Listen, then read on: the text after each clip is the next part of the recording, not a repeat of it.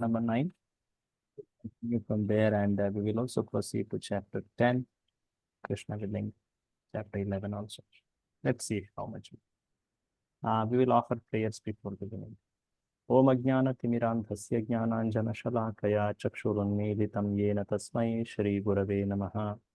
Shri Chaitanya Manobhishtam Sthapitam Yena Bhutale Swayam Rupa Kadamahyam Dadati Swapadantikam Vandeham Shri Guru Shri Yuta Padakamalam Shri Gurun Vaishnavanscha Shri Rupam Sagrajatam Sahagana Raghunathan Tam Sajivam Sadvaitam Savadhutam Parijana Sahitam Krishna Chaitanya Devam Shri Radha Krishna Padan Sahagana Lalita Shri Vishakhan Vitanscha Nama Om Vishnu Padaya Krishna Preshtaya Bhutale Shri Mate Bhakti Vedanta Swamin Niti Namine Namaste Saraswate Deve Gauravani Pracharine Nirvishesha Shunyavadi Paschatya Deshatarine Namo Mahavadanyaya Krishna Prema Pradayate Krishnaya Krishna Chaitanya Namne Gauratvishe Namaha He Krishna Karuna Sindho Dina Bandho Jagatpate Gopesha Gopika Kanta Radha Kanta Namostute Tapta Kanchana Gaurangi Radhe Vrindavaneshwari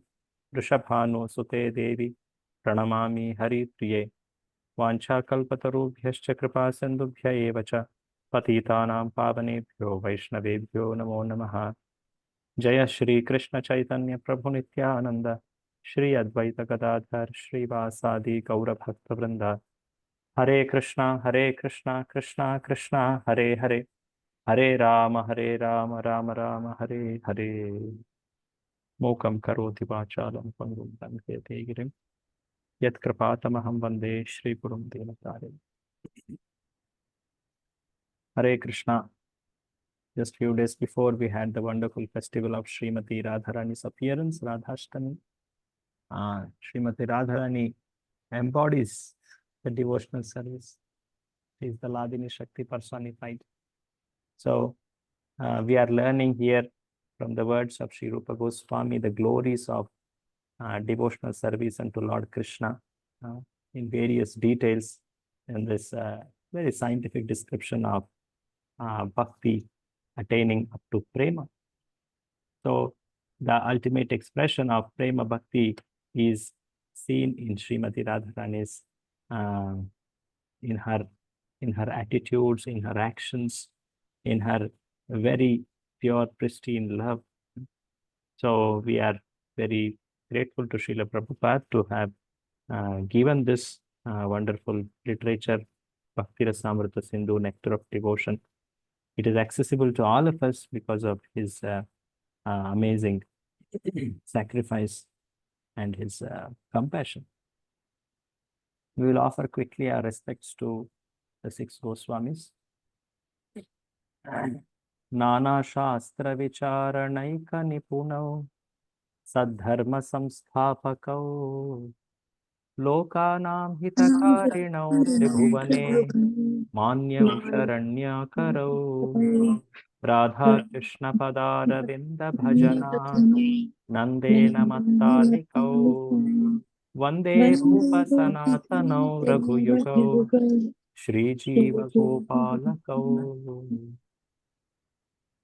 Anyabhilashita Shunyam Jnana Karmadhyanavritam Anukulyena Krishnano Shilanam Bhaktiruttama Sarvopadhivi Nirmuktam Tatparatvena Nirmalam Rishikena Rishikesha Sevanam Bhaktiruchyate. So last time we had come up to chapter number 9. We have started the discussion about 64 angas of sadhana bhakti. The categorization, we remember this. We had completed almost 38 limbs, angas. If we have to see them at a glance in a list, I just prepared this list for my reference. I thought to show that here. We have seen that in the first 10 limbs, angas, there was those which are helpful to begin. It begins with Adav Guru Pada Ashraya, Krishna Dikshadi Shikshanam, Vishrambhena Guru Seva, the 3 most vital limbs for beginning bhakti, sadhana bhakti, as taught by Rupa Goswami. And like this, the first 10 actually they tell pravrityatmaka, what to do. And the next 10 are actually prohibitions, nivrityatmaka. They are telling what one should not do, what one should not. I know how one should give up the company of non-devotees. One should not instruct. One should not be behind accumulating disciples, being enthusiastic about uh, materially constructing the temples. Like this, close to 20 of them we had seen, 10 of the prohibitions total, making it 20. Then the rest of the description is all different practices and also attitudes. So in this last time, we did see the offenses also, the 20th item, the 19th item elaborately described in chapter number, I believe it is 8. 8 or 10. Yeah, 8. 8 is the offenses, the chapter of describing all types of offenses. And then from 20 onwards, in the chapter number 9, which we have started learning, we have seen up till the limb number 38. Kindly confirm. Yes, Prabhuji, till One. 38 we have Okay. done. Very Drinking good. Charanamrita. Drinking Charanamrita. Thank you for this confirmation. One must drink Charanamrita, Padyo Swada. So till here we had actually studied. So from here we have to take it ahead. So the next limb, which Rupa Goswami describes. In fact, before let's actually one more thing we should review is because there are so many promises are the effects of performing the limbs described in these paragraphs. We should first understand how to see these the scriptural promises, the glories described about each of the limbs. We had studied this last time. Maybe we can just read it. Can someone read this? We'll just recollect it and then go ahead. Yes. Yes, Prabhuji, I can read. Are spiritual promises exaggerations? They are distinctive possibilities that need to be actualized by certain attitude of heart. So they are fact. They are going to come into reality, but it requires an attitude of heart to be associated with them from the side of practitioner. Read. They are factual expressed by Lord and his devotees to inspire us to take to bhakti wholeheartedly. What is the potency of each limb of bhakti that is described by Lord and his devotees in these statements? The intent is to inspire us to take bhakti wholeheartedly. Continue. Don't approach them with calculative head, exploitative math. Krishna's mercy has no bounds. One should not have this kind of a calculative, materialistic outlook at those statements. Krishna's mercy can descend in any way if only he sees the right attitude and sincerity and inoffensive mentality. He can bless his mercy through them. Yes. Purification happened by faith-laden, consistent practice, and these promises are meant to inspire one to take to that level. So there were statements like, if only once, if one happens to seize the Ratha, one follows the procession of the Lord, one just smells the flower. Today we are going to see that flowers offered to the Lord. What is the promise? What is the power or effect? So these statements are meant to inspire one to take to a faith-laden, consistent practice, a practice of devotional service which is filled with Shraddha. And it is done consistently. Such kind of practice, it gives purification. So surely, even if one does once only, he is assured of purification in future, because in future that person will get repeated opportunity to practice because of even once doing those devotional activities, in that sense. Lastly, Krishna will not. Krishna will not enforce these promises over our free will, desire transformation, told in the promises, and express it by action. We should not just feel that, oh, Krishna has promised means it should come in my life. we should desire to have them in. We should desire to transform our life like that. Then, and express it by our actions, not just desire. Show that desire by one's action. Then those promises will become our experiences, factual experiences.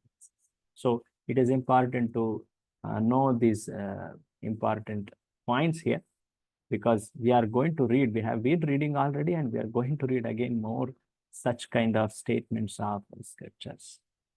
So here we are in the in the chapter number 9. The title of the paragraph is Smelling the Incense and Flowers Offered to the Deity. So this is the limb number 39. Limb number 39. In Sanskrit, it is called actually as Dhupa or Mala Saurabhyam. It's not Sai, it is Saurabh. Dhupa means incense. Flowers, Malya, Mala or Malya. Saurabhyam, just smelling the wonderful fragrance of the incense and flowers offered to the deity. One of the limbs of sadhana. Let's see about that from Srila Prabhupada. Kindly read in the Hari Bhakti.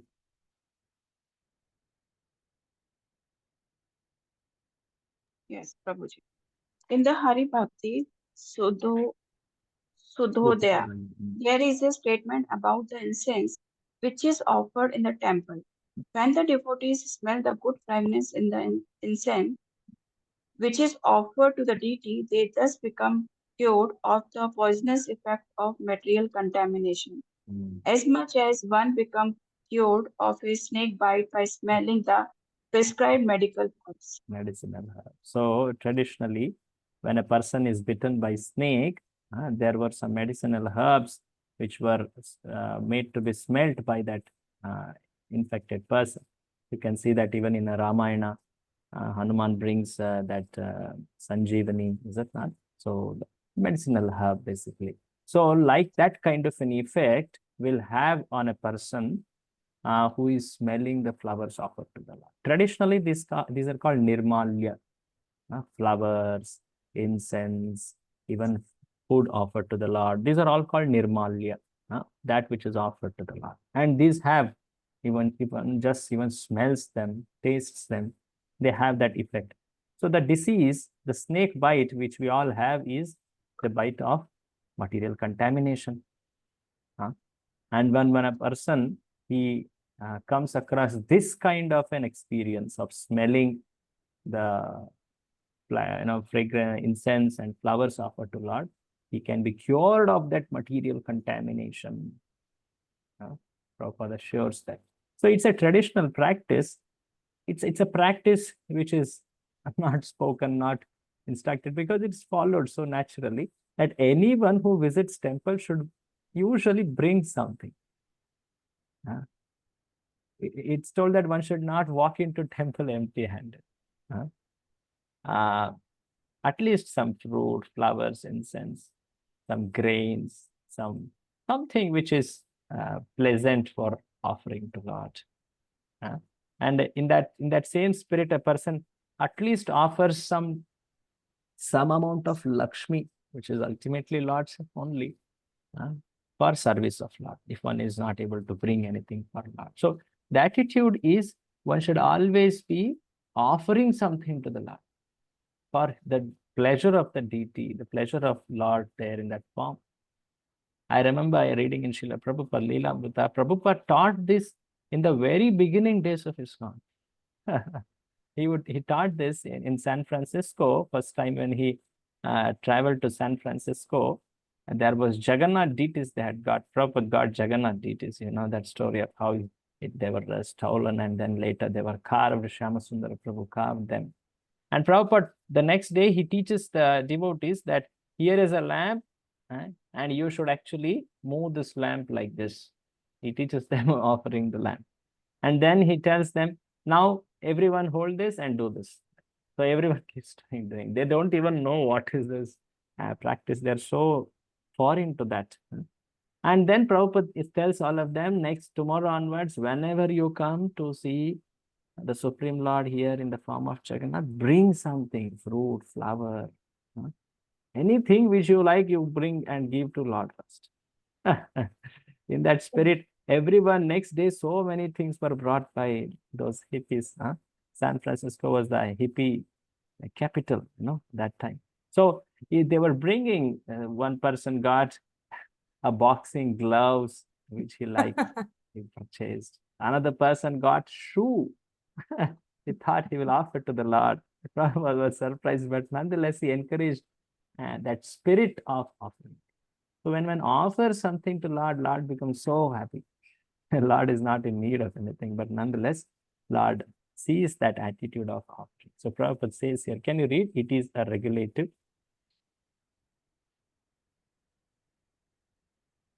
It is. Yes, Mataji? Prabhuji. It is a regulatory principle that one should not go to see a saintly person or the deity in the temple without any offering. The offering may be very humble or it may be priceless. Even if not a little fruit, a little water, whatever is possible must be offered. Must be.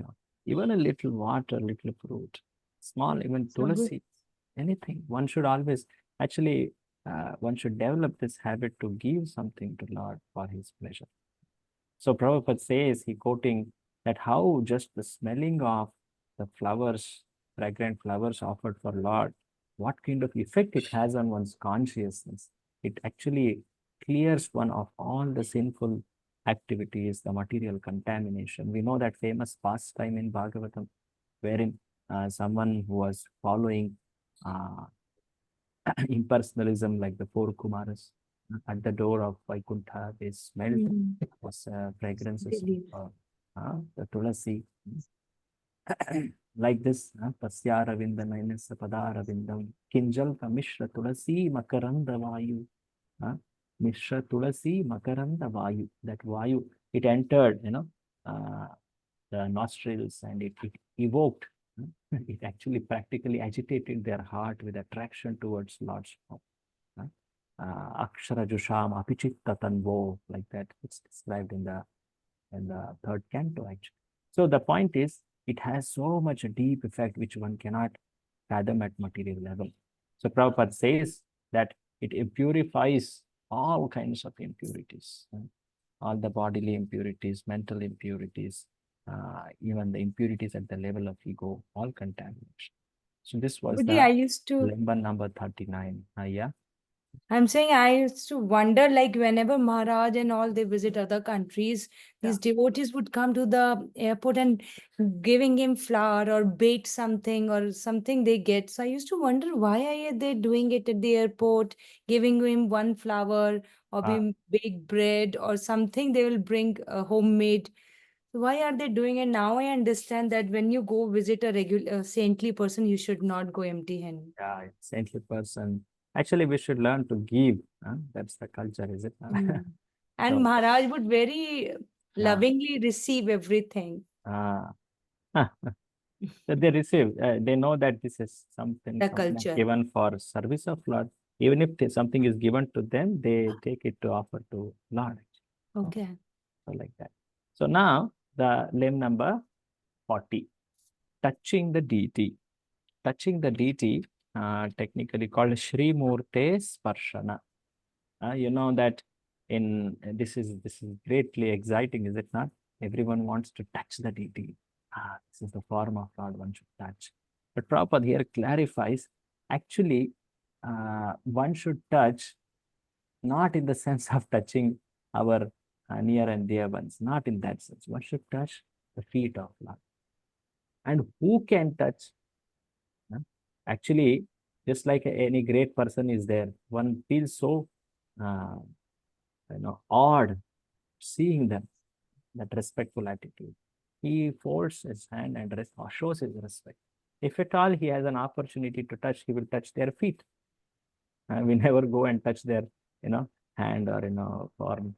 Never go to embrace them. Oh, that's too much of a, not right behavior, is it not? So one should touch their feet. But who can even touch that? Because traditionally, uh, those who are worshipping the Lord in their regular worship, pujaris, archakas, they have touched the form.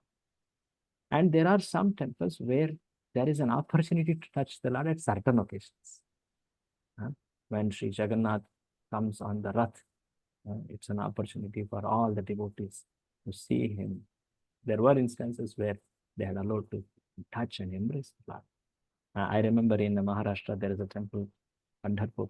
There also they allow one to go and touch the deity's lotus feet, the Vitthala's feet. So like this, different places, there are different customs. But who can touch, or it's described here, Prabhupada, because this became a, a social issue. Why you are allowing some people to touch and not all people?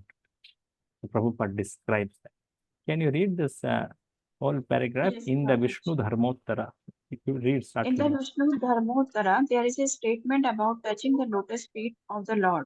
It is said, only a person who is initiated as a Vaishnava and is executing devotional service in Krishna consciousness has to right to touch the body of the deity. So here it's clearly mentioned, is it not? One who is initiated, one who is regularly serving, one who is practicing Krishna consciousness. Because Prabhupada mentions the movement of Gandhiji, where he told that everyone should be allowed to touch, everyone should be allowed to enter the temple, touch the deity, because there was some form of untouchability, or or even not allowing certain class of people into temple in certain temples was seen by him, and it was seen as a discrimination. And people also, those who were following, they were not following it in the right attitude. So he tried to bring equality in a social level by calling them, oh, they are also Harijanas. They are also people of Lord Hari. Everyone is people of Lord Hari, not just Harijanas doesn't mean only lower caste people. So he made this Harijana movement. Prabhupada mentions that here. Actually, everyone is allowed to serve Lord. But some are allowed to serve in a special way of touching the feet of Lord, touching the form of the Lord in an intimate way. Like so this is explained here. Prabhupada describes that. Can you read this? A man born in any family. A man born in any family is not barred, but he must be cleansed. That cleansing process must be adopted. Gandhi wanted to make them clean simply by stamping them with a fictitious name, Harijana. And so there was a great tug of war between the temple owners and the Gandhi's followers. But anyway, the present law is the law of all scripture, that if anyone is purified, he can enter into the temple. Actually, there is a position, that is the position. Only one who is properly initiated, who is properly following the rules and regulations, can enter and touch the deity, not all. And one who touches the body of the deity, following such regulatory principle, is immediately delivered from the contamination of material sins, and all of his desire become fulfilled without delay. See? So one is properly following the rules of cleanliness, the rules of service to Lord, practicing those devotional practices. So such a person is usually allowed. Prabhupada gave the Brahmana Diksha to anyone who, without seeing the criteria of birth, but those who are committed to follow the devotional regulation. Is it not? So this is the limb number. What's the number here? 41. Sorry, 40 we finished. 40 is this one, right? 40. Yes. Yeah. Just give me a minute. I need to quickly attend to someone. I'll just take 2 minutes to. Sorry.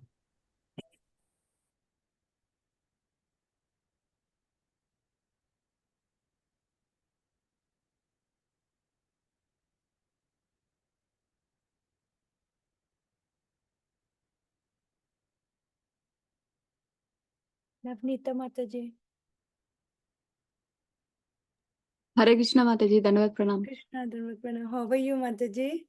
Good Mataji, how are you Mataji? How are the girls? Good Mataji. They're in school? Yeah. We miss you here. Yeah, Mataji, me too.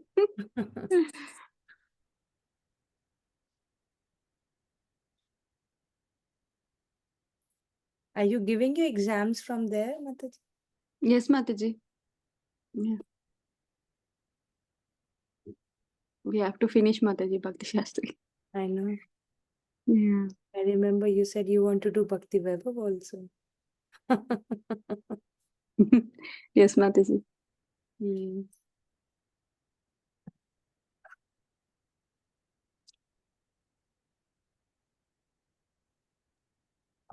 Hare Krishna.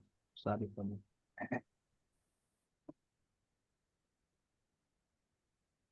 Okay. This is limb number 40. Sri Murte Sparshana, touching the deity. Now, next one is 41, that is seeing the deity. Sri Murte Darshanam, seeing the deity. Prabhupada's nice description. We will read this. Someone else would like to take up reading? Seeing the deity. So Prabhupada quotes a statement from Varaha Purana. Read. Who is reading? Shall I Hare continue? Krishna, Prabhuji. Yeah, Prabhu, you can read. Let others. Yes, Prabhu. Yes, Hare Prabhu. Krishna, Prabhuji. Dhamma Pranam. Hare Krishna. In the Varaha Puran, there is a statement praising the seeing of the deity of Sri Krishna in the temple. A Yeah. devotee says there, "My dear Vasundhara, any person who goes to Vrindavan and Ah. sees the deity of Govinda Dev is free from the courthouse of Yamraj and is allowed to enter into the highest planetary system in which reside the demigods." This means that even an ordinary person who goes to Vrindavan out of inquisitiveness and by chance sees the temple, especially that of Govinda Dev, even if he is not elevated to the spiritual kingdom, is still assured promotion to the higher planetary systems. Planetary systems. Even if he is not a person practicing devotional service, he is promised elevation and eventually more opportunity to practice devotion. So the next limb number 42, is a continuation of this, because when one goes to see the deity, what does he see? He sees the offering of services to the deity, especially arati and some utsava. So the next limb 42 is arati utsava darshanam. Earlier one was Sri Murter darshanam. In that specifically arati and utsava darshanam. Now you all, when you read this, you can all remember if any instance you have heard about someone who saw Arati of Lord and he was so transformed. Please read this. If someone sees. If someone sees the face of Lord while Aarti is going on, he can be relieved of all sinful reactions coming from many, many thousands and millions of years past. He is even excused from the killing of a Brahmana or similar prohibited activities. Haribol. Such a great Mahapataka Papa karmas are also waived off, excused off. Any of you recollect any incident?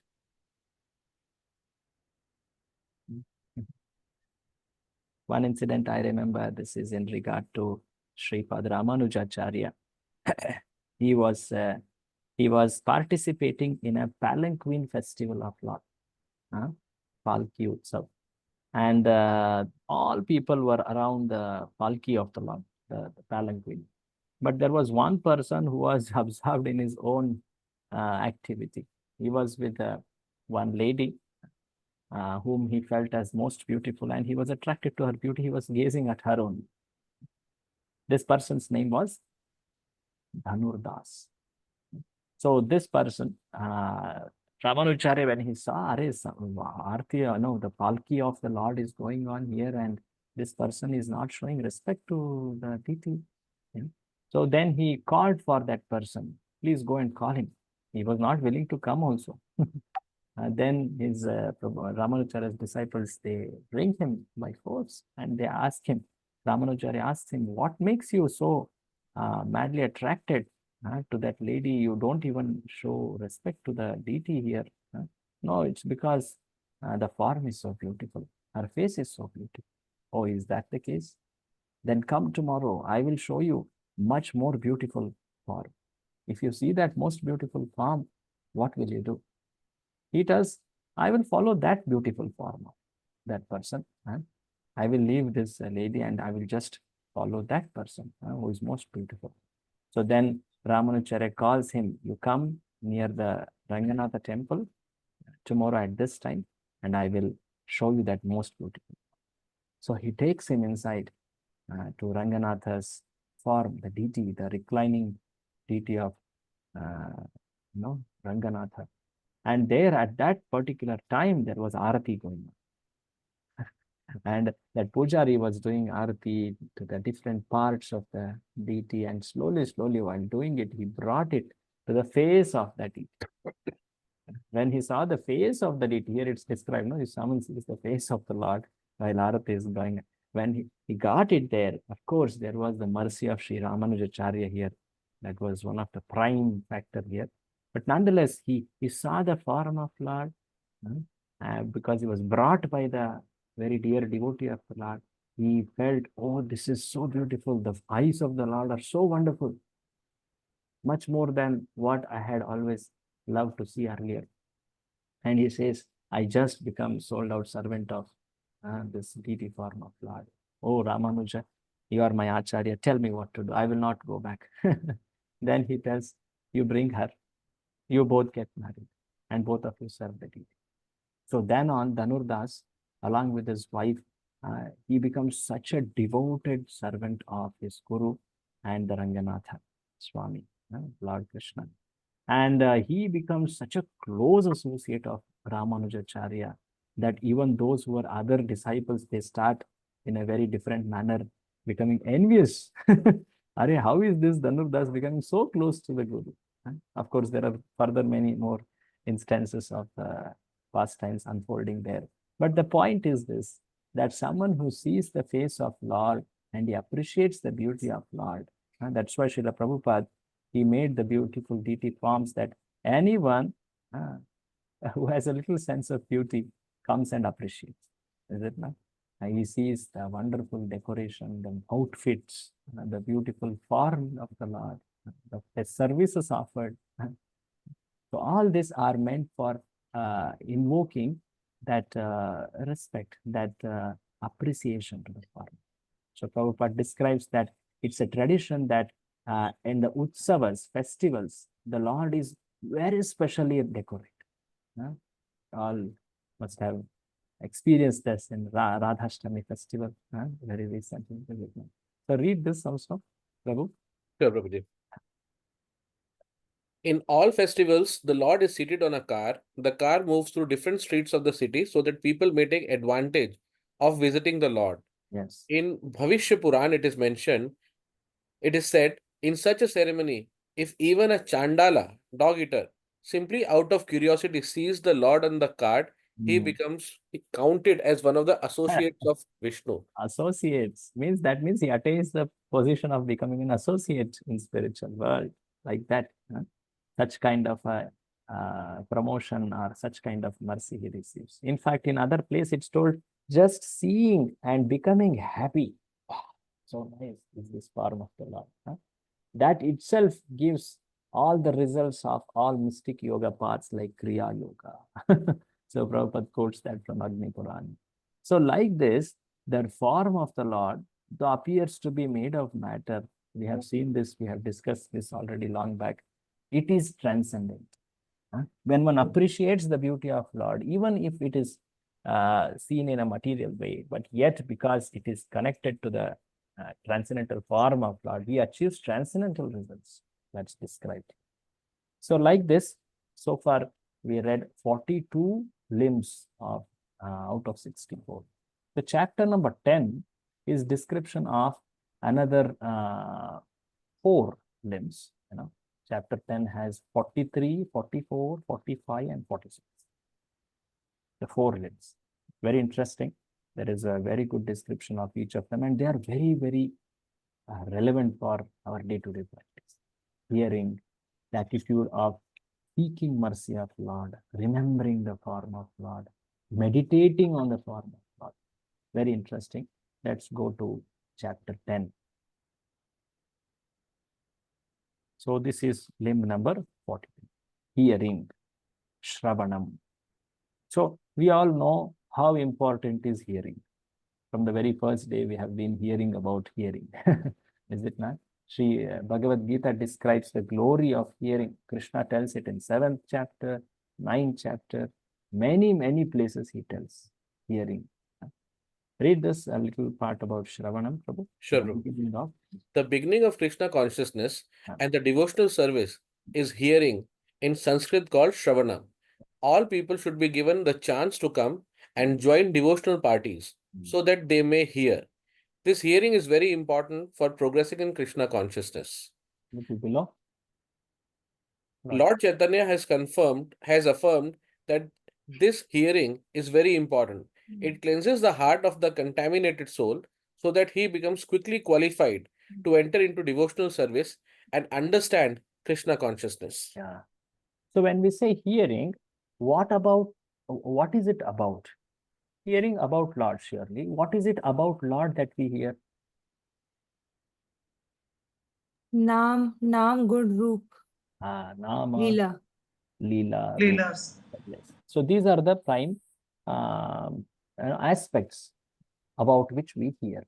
So here, when Rupa Goswami is describing Shravana, it has 3 categories. The first category is called Nama Shravana. It's called hearing Nama Shravana specifically. No? Whenever Srila Prabhupada would give descriptions about Lord, he would always conclude on chanting the holy names of Lord, Nama Shravana. So like this, the first aspect is hearing the holy name. When we chant Hare Krishna Mahamantra, the most important activity in chanting is to hear the holy name. Prabhupada told, is it not? Hear the holy. So there is a glory of hearing the holy name that is cited here. The second one is called Charita Shravana or Leela Shravana. Charita means Leela or activities, hearing about the pastimes of the Lord. Okay. So for that, there is some wonderful shloka quoted, one very nice shloka actually. And then hearing about the qualities of Lord. Guna Adi Shravana. Guna, the beautiful qualities, the attractive qualities of Lord. What will that have an effect on a person who is hearing? That's also discussed. So under these categories, further description is made about hearing. So let us read that. What a coincidence. Gauranga Darshan Das Prabhu was here for 5-6 days and 4-day series. Okay. He did a 4-day series for us for Naam, Roop, Gun, Leela. Wow. Yes. Jai ho, jai ho. Wonderful. So we Left yesterday only. Acha, you all had Radhashtami association. Yes, and he gave special 2 classes, one Radha Ashtami and one Sunday feast about broadcasting the message of Srimad Bhagavatam. Wow. So you're all geared to broadcast after hearing about here. Yes, Very nice, very nice. All of you are so fortunate. yes, Prabhuji. Thank you. So let's now little hear about the glory of Nama Shravan. This is especially about hearing only. So Prabhupada quotes Garuda Purana. Prabhu, read the state of condition. The state of conditioned life in the material world is just like that of a man lying unconscious, having been bitten by a snake. This is because both such unconscious state can be ended by the sound of a mantra. When a man is snake bitten, he does not die immediately, but first becomes unconscious and remains in a comatose condition. Anyone who's in the material world is also sleeping, as he is ignorant of the actual self or his actual duty and his relationship with God. So, materialistic life means that one is bitten by the snake of Maya, illusion, and thus, without any Krishna consciousness, is almost dead. Prabhupada says that hearing is the only way by which you can wake up a sleeping person. You can't, what do you say, show something to him, or you can't make him wake up in any other way. You have to shout at him. You have to shout. Like it's told, Jeev Jago, Gaura Chandra. Chaitanya Mahaprabhu telling Jeev Jago. Then what it says next? जीव जागो गौर चंद्र बोले, पिशाची रखोले. So one is sleeping on the lap of witch of Maya. Get up, wake up, O sleeping soul. Wake up, O sleeping soul. Chaitanya Mahaprabhu is telling. So the point here is, it's told that when one is bitten by a snake, he is in a practically, and he's not responding to anything. Isn't it? That's called comatose condition, coma. So he has not died, but he is in a practically coma. Prabhupada said here. So when one is bitten by the snake of illusion, the material contamination, Maya, then he is lying in the lap of witch of Maya. He is not showing any spiritual symptom of spiritual life. So he has to be woken up. How does that happen? That happens when one hears the holy name. He can be brought back to the consciousness by making him hear the Mahamantra. Very, very clearly it's mentioned here. Prabhupada would say, hey, John, wake up, wake up. In his lecture, he says how the person is woken up by calling out name. So likewise, when one chants the holy name, one is awakened to spiritual reality. So this was Nama Shravana. Now further, he is describing Charita Shravana, description of the activities of Lord. When one hears about them, this is a very nice shloka. We should read this shloka as it is. It's a nice shloka. It comes in Narada Prachina Barhishat description. Let's read that.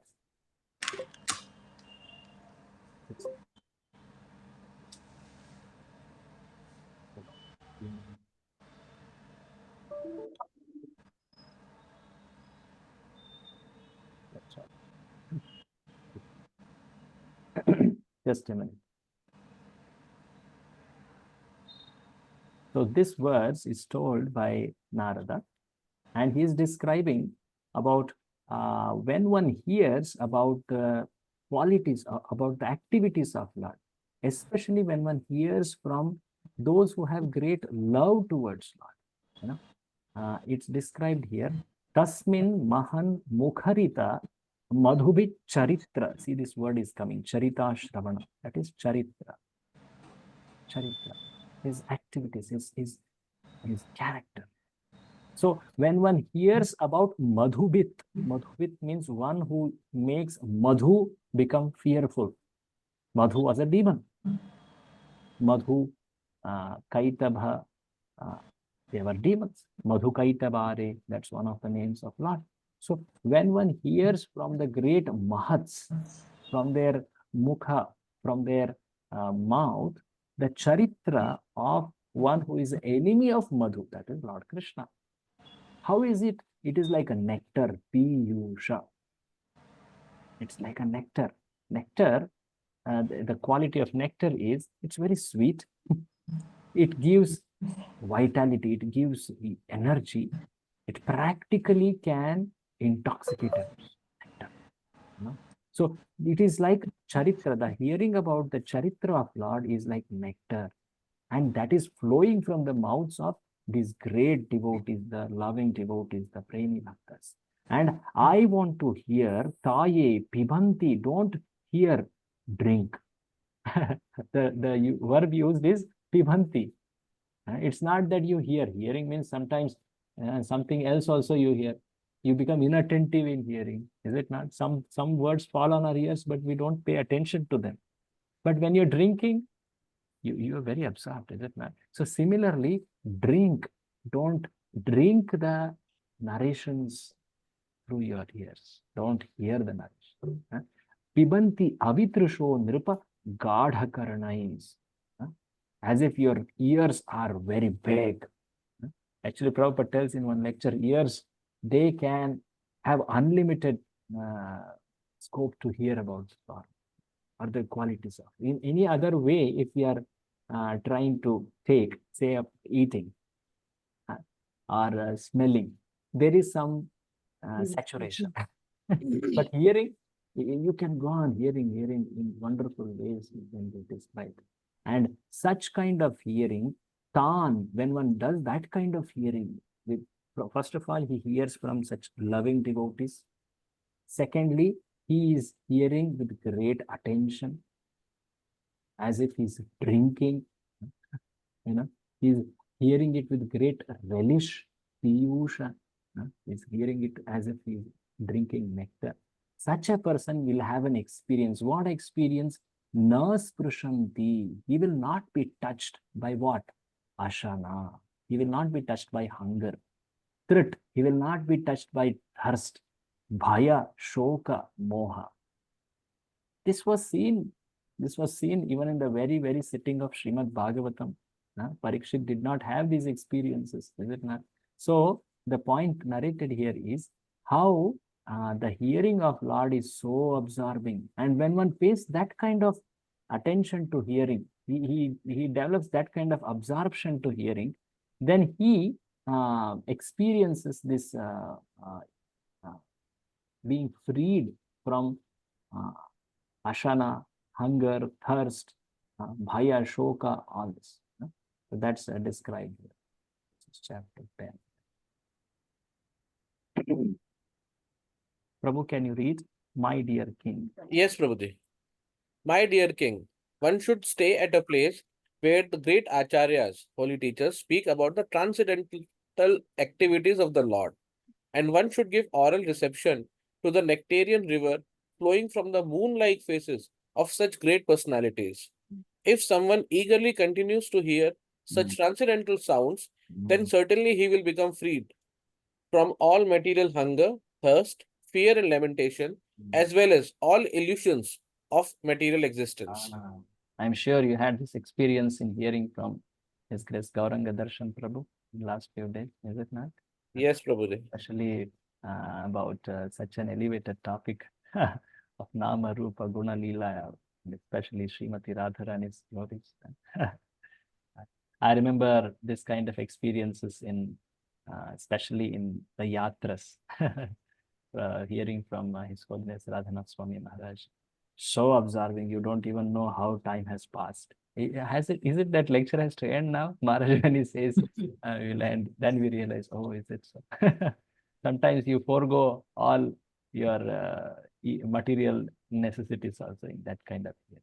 So one can experience this to the extent one absorbs and to the extent one hears from such elevated source. To that extent one experience, he becomes freed from. Chaitanya Mahaprabhu stressed so much about hearing. One should hear from authoritative persons. They are those who are practicing devotees. Surely, whenever and wherever we get opportunity to hear from great elevated Vaishnavas, we should not think second moment about whether should I go or not. One should take that opportunity. But at least whoever, wherever in our regular satsanga groups, when someone comes to narrate the charitra of the Lord, the guna of the Lord, we should pay respectful hearing attention to that. So one should not hear from professional men, proper mentions, those who are very good in describing, but they are in a material motive. One should not hear from. Then one can experience these promises which the Shastra is promising. In fact, the very Bhagavad Gita describes at the very end what was the effect of hearing in the words of Arjuna, how he felt. Nashto moha spratirlabdhva prasadat. Like this he describes.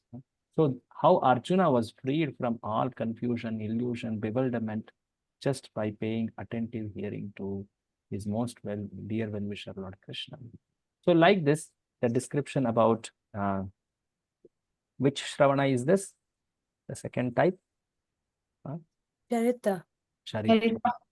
The description or the hearing about the activities and the character of the Lord. The last one is Gunadi Shravana, Guna Shravana, hearing about the qualities. Read a person.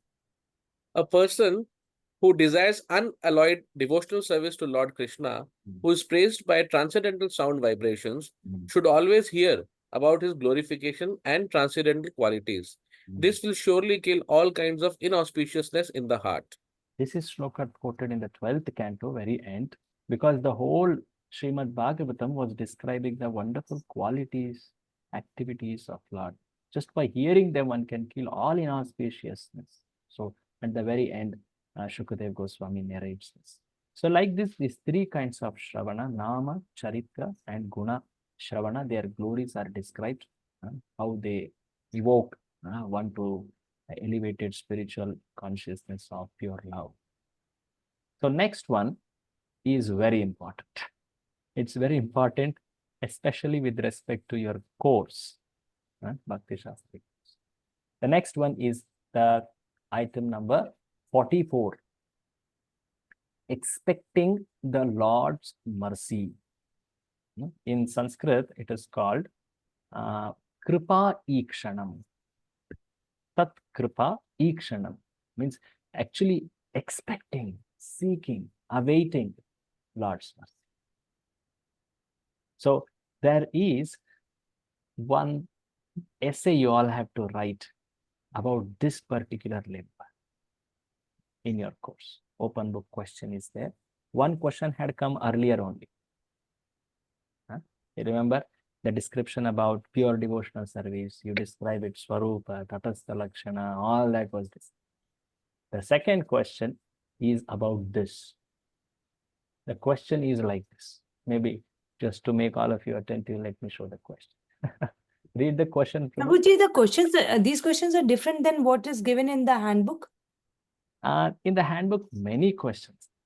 No. But you there's will be no asked to, open book only. This question is there in the open book, the handbook also. There are many questions, but among them, 2 questions are chosen. So there is one separate PDF file we had shared, in which you all have written open book so far. I think 5 units you already have covered, is it not? So two questions or essays we write.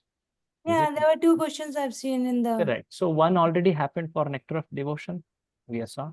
This is the second one, the last one. No, I'm saying what you have shown us is there in the book, right? We can refer it from there, right? Okay. Can you read this, Prabhu? Yes, Prabhuji. Describe in your own words, with reference to Prabhupada's statements in chapter 10 of Nectar of Devotion, the appropriate attitude towards suffering in one's life. Discuss with relevant personal examples how development of this attitude can help you deal with suffering in your life. So this is talking about how to see suffering in one's life, how to receive and act in such situations. So this is described in this particular limb, because when one is suffering, one is actually seeking the mercy of Lord. Tat Kripa Ikshanam. So let's go to the description by Srila Prabhupada and then see that. So Srila Prabhupada quotes one very famous verse that is quoted by Rupa Goswami. You all know this very famous verse told by Brahmaji. Brahma speaks this after Brahma Vimohan Leela, is it not? He tells this shloka. Tattenu kampam susamikshamaano bhunjana evatmakritam vipakam hridvagvapurbhir vidadhan namaste jive tayo mukti pade sadaya bhag. Prabhupada has quoted this in many purports. Whenever something comes about how a devotee receives some misery or suffering, how he handles them, then this is quoted by Prabhupada. Many cases. So this actually defines how a devotee is seeking the mercy of Lord, expecting the mercy of Lord. The translation is quoted in the book Nectar of Devotion directly. Read this.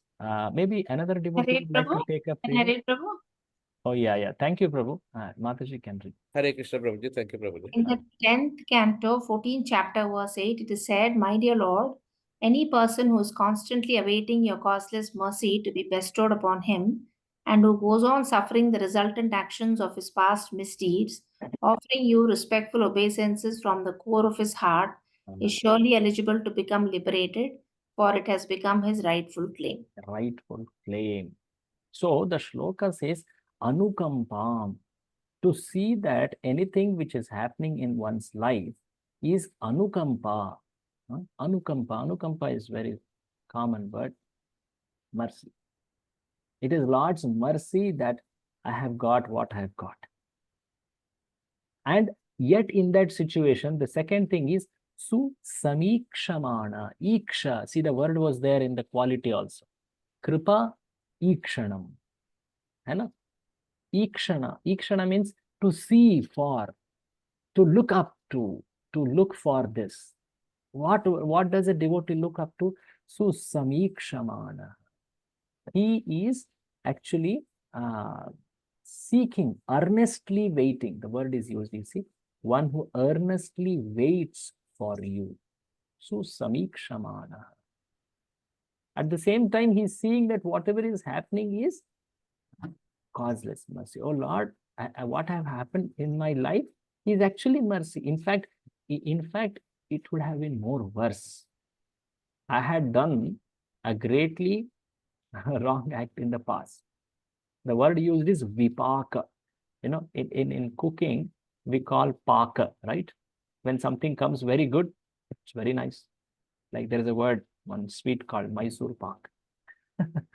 Pak means some nice cooked item, paka, pakashala. Vipaka means something which is not nicely cooked, maybe burnt, half cooked, kacha, something else happened. So in our life, something like that happens. That is misery. Vipaka means misery. And how he sees it? Atmakritam vipakam. It is because I only cooked it, not that other person cooked it. I made some bad act due to which I am suffering.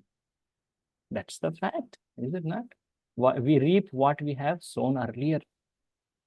So, but yet he's bhunjana, means he's undergoing them. He is not revolting. Why it happened to me? It should not have happened to me. How could this happen to me? How can I evade this? No, he has accepted that. Bhunjana.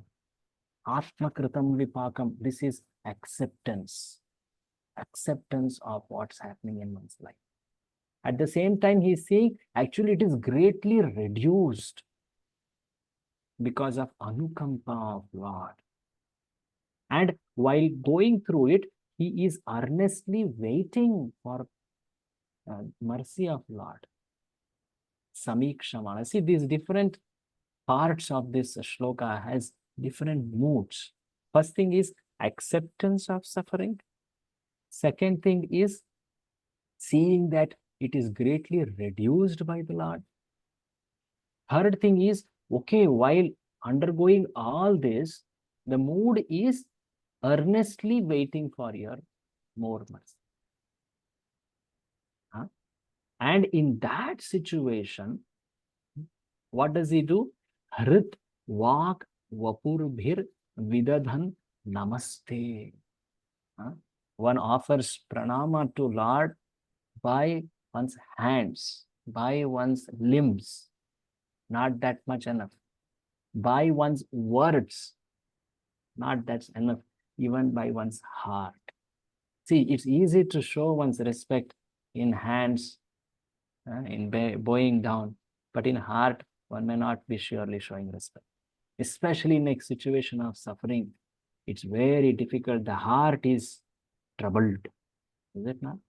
One may show externally, yeah, Lord has reduced it. But in the hearts, we know, this should not have happened. How could it happen? How could Lord make this happen? Is it not? But here it is told, a person who is offering respect, he has accepted, he is showing respect to Lord by vapu, vak, words, and hrit, in his heart also. Hrit, vag, vapur, bhir, vidadhan, namaste. Such a person. So many qualities have been described about such a person. What all qualities we saw? Any of you could point out? we saw different parts of this shloka. And One who is accepting the suffering. first thing is accepting. Bhunjana. He has accepted. Okay, this has happened in my life. Not revolt. Very good. Any And other? he thinks it is reduced because of crossless mercy. Means he's supposed to suffer more, but the suffering is reduced because of mercy of the Lord. Wonderful, Mataji. Correct. So it is greatly reduced by Lord. Very nice. And despite the suffering, he is paying respectful obeisances with his mind, words, and heart. He's expressing his respects to Lord. Not that, oh Lord, you are so capable. You could have avoided it. You did not do it. Take externally, I will offer respects. Otherwise, people will consider me ignoble. Not like that. And this was seen in many devotees' lives. See from Pandava's life. See from Rajavasi's life. All these people showed this. Lord was there next to them. There were so many troubles coming in their life. Yet they were in their hearts offering such great love and respect to Lord. And such a person who is earnestly waiting, Susamikshamana, that's another quality. Such a person, he becomes Muktipada Dayabhak. He becomes inheritor of liberation. Here, liberation means actually love. Mukti's real meaning is bhakti. Here in this particular verse, especially it is true. Chaitanya Mahaprabhu has given the meaning like this. Dayabhak means one who is like a legally inheritor of the property, like son. Son doesn't need to do anything more than just be a son. He should not revolt. He should not displease father. In fact, even if one displeases father, father writes off to son only, right? He's so much affectionate. So the point is, he should just be acting as a son, obedient to. That itself is sufficient to inherit Mukti Pada Dayabhak. This word Dayabhak is very interesting. In fact, if you all read this particular verses purport in Srimad Bhagavatam, wonderful it is. So much intricate meanings are there. Here it is briefly mentioned by Srila Prabhupada because it's a description of the limbs. But nonetheless, we will read this paragraph fully. This statement, please focus, all of those limbs we saw are described here. This statement of Srimad Bhagavatam should be the guide of all devotees. A devotee should not expect immediate relief from reactions of his past misdeeds. No conditioned soul is free from such reactionary experience because material existence means continued suffering or enjoying of past activities. See, this is interesting. We all want to seek relief now. It's very natural that, oh Lord, I hope it will end now. It should end by this time. Please end it. But here Prabhupada says, should not expect immediate relief. In this world, no one is free from misery or suffering. In one or another form, it's always there. So sometimes, like Gajendra, he was feeling maybe after some time, this crocodile's jaw or the capture will become little loose. But his misery went how long? Can you imagine? It went for thousands of years. It's described there. And he was fighting, and he was becoming weak. But there was no reduction in the grip, that strength of the grip was going on. Continue reading. If one has finished his material activities, then there is no more birth. This is possible only when one begins Krishna conscious activities because such activities do not produce reaction.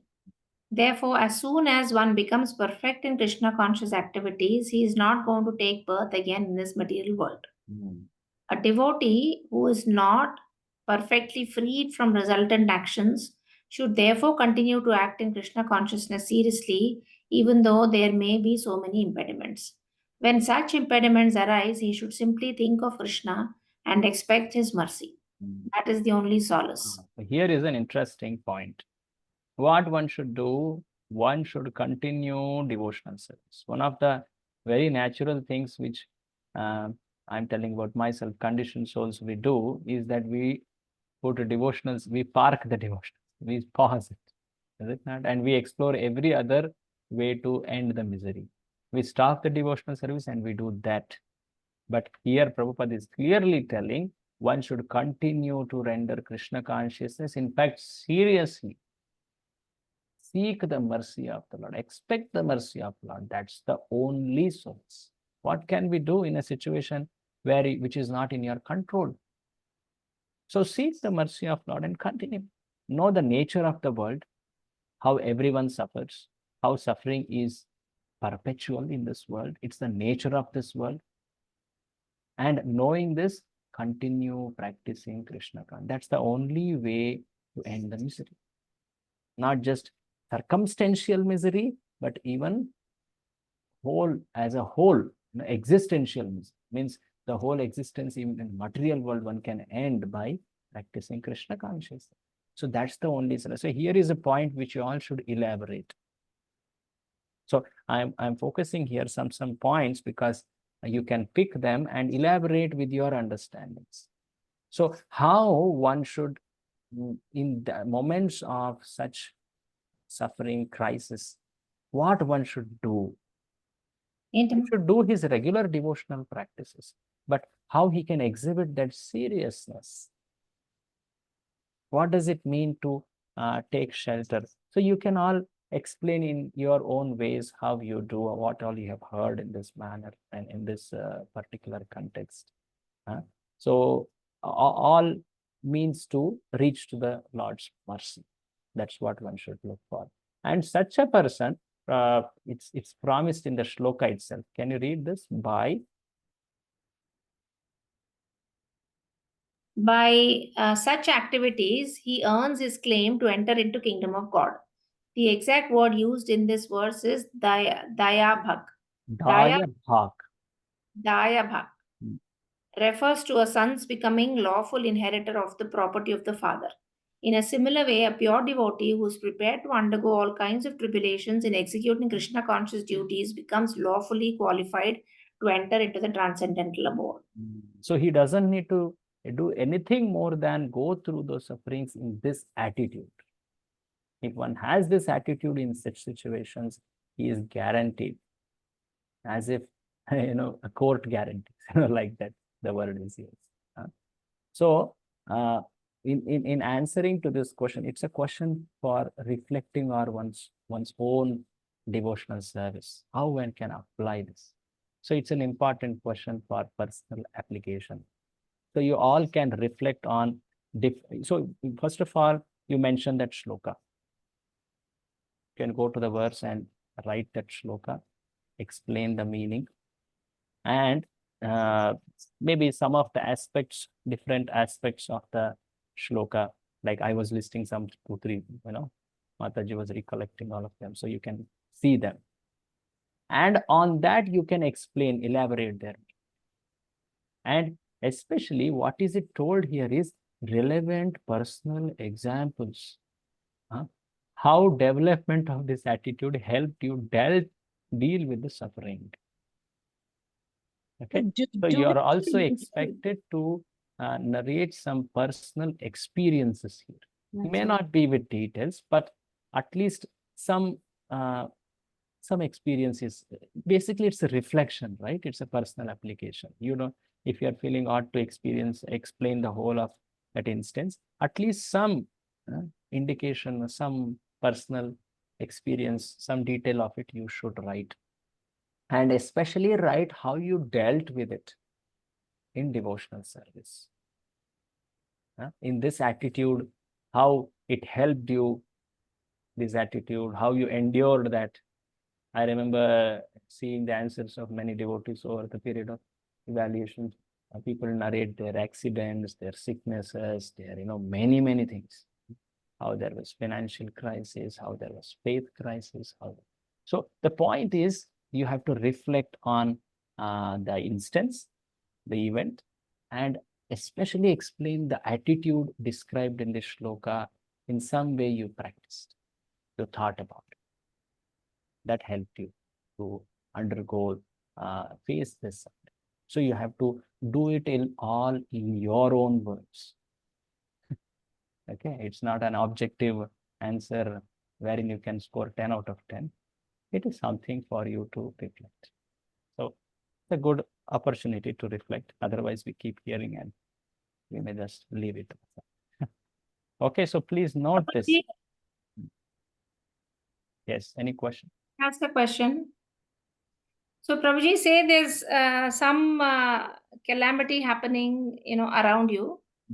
Like say, somebody damages the temple or something.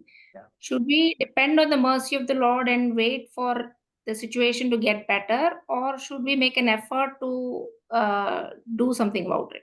Oh, okay, that's an interesting question. In Srimad Bhagavatam, let me show you a verse. Maybe that also you can take as a. It comes in Kunti. Kunti is a very nice example for this. Calamities. Yeah.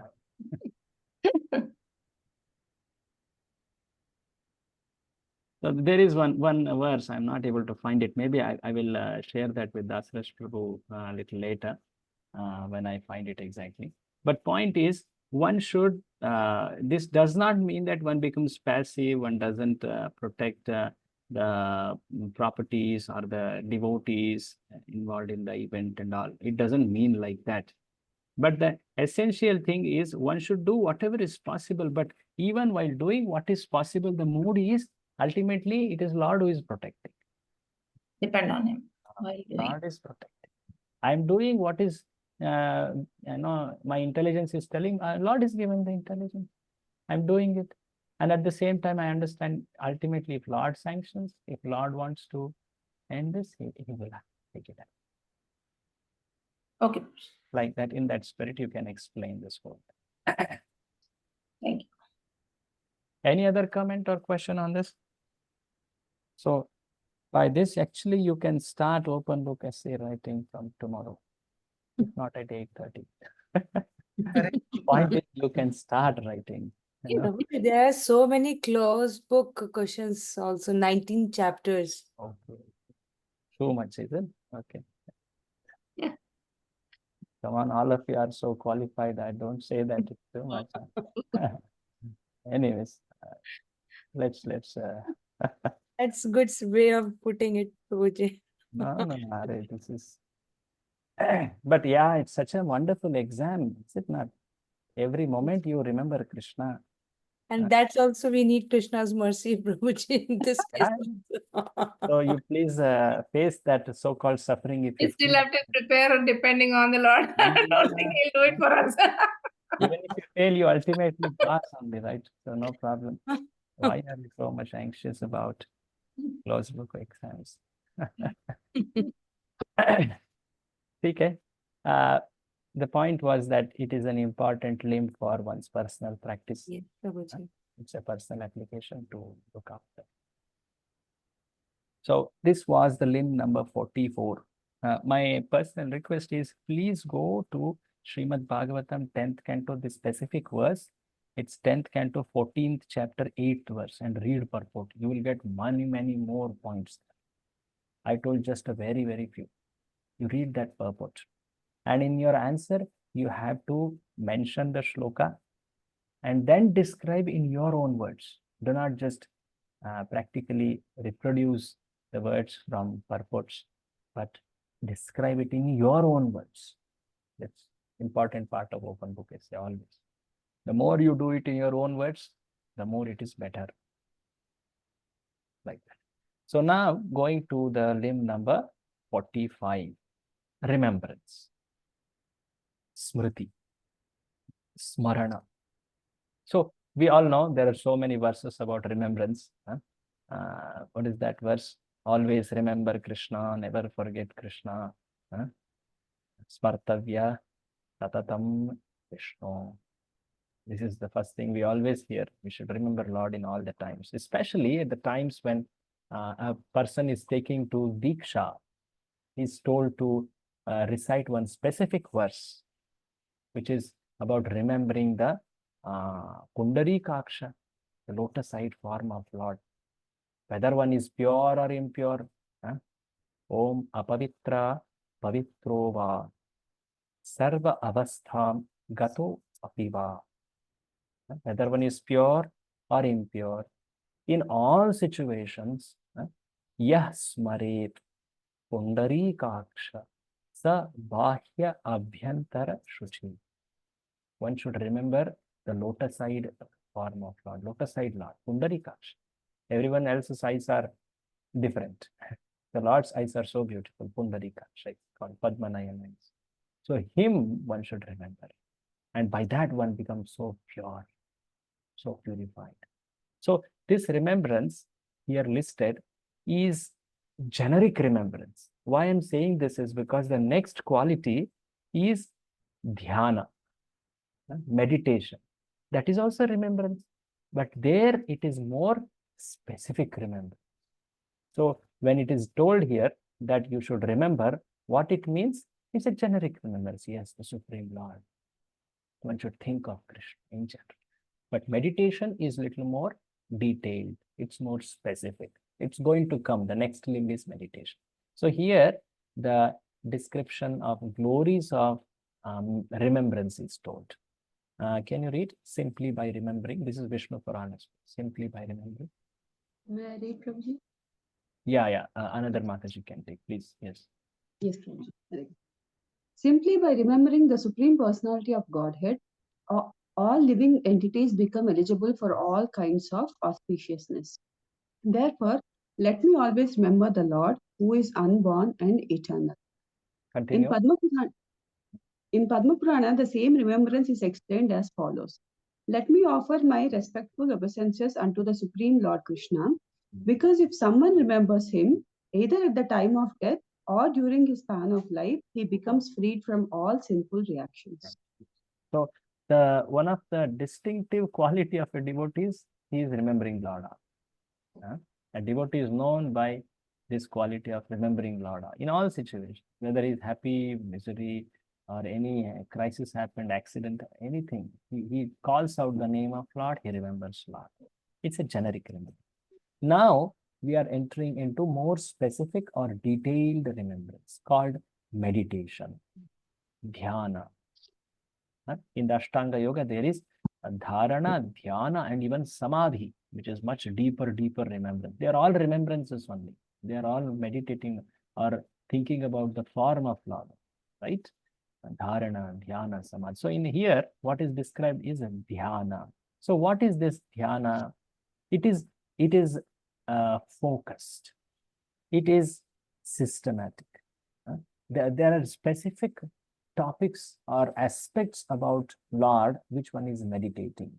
So the meditation here described is in four categories. Just like in hearing also we saw, is it Nama, Charita, and Guna. Here also, the dhyana or meditation is on Rupa, Rupa dhyana, Guna dhyana, qualities, Krida dhyana or Leela dhyana, Krishna's activities, and lastly, Seva dhyana, very easy way to meditate on Lord. Seva dhyana. All of you are so much meditating on celebrating Ratha Yatra, festivities, bringing people to the programs, telling them about Krishna, cultivating. This is all Seva dhyana. So Prabhupada describes that more elaborately, quoting a very nice story also on to that. So we will start reading about each of these. So what is coming forth is the glories of each of those dhyanas. Okay. So first Prabhupada says to meditate means to engage the mind in thinking of the Lord. In what sense? In the form of the Lord. This is Rupa. Qualities of Lord. This is Gunadhyana. Activities. What was activities called in that categorization? Huh? Yes, Prabhuji. What was activities called? Leela. Leela, but specifically the word used was Krida. Krida, that's the activities. It's a sport.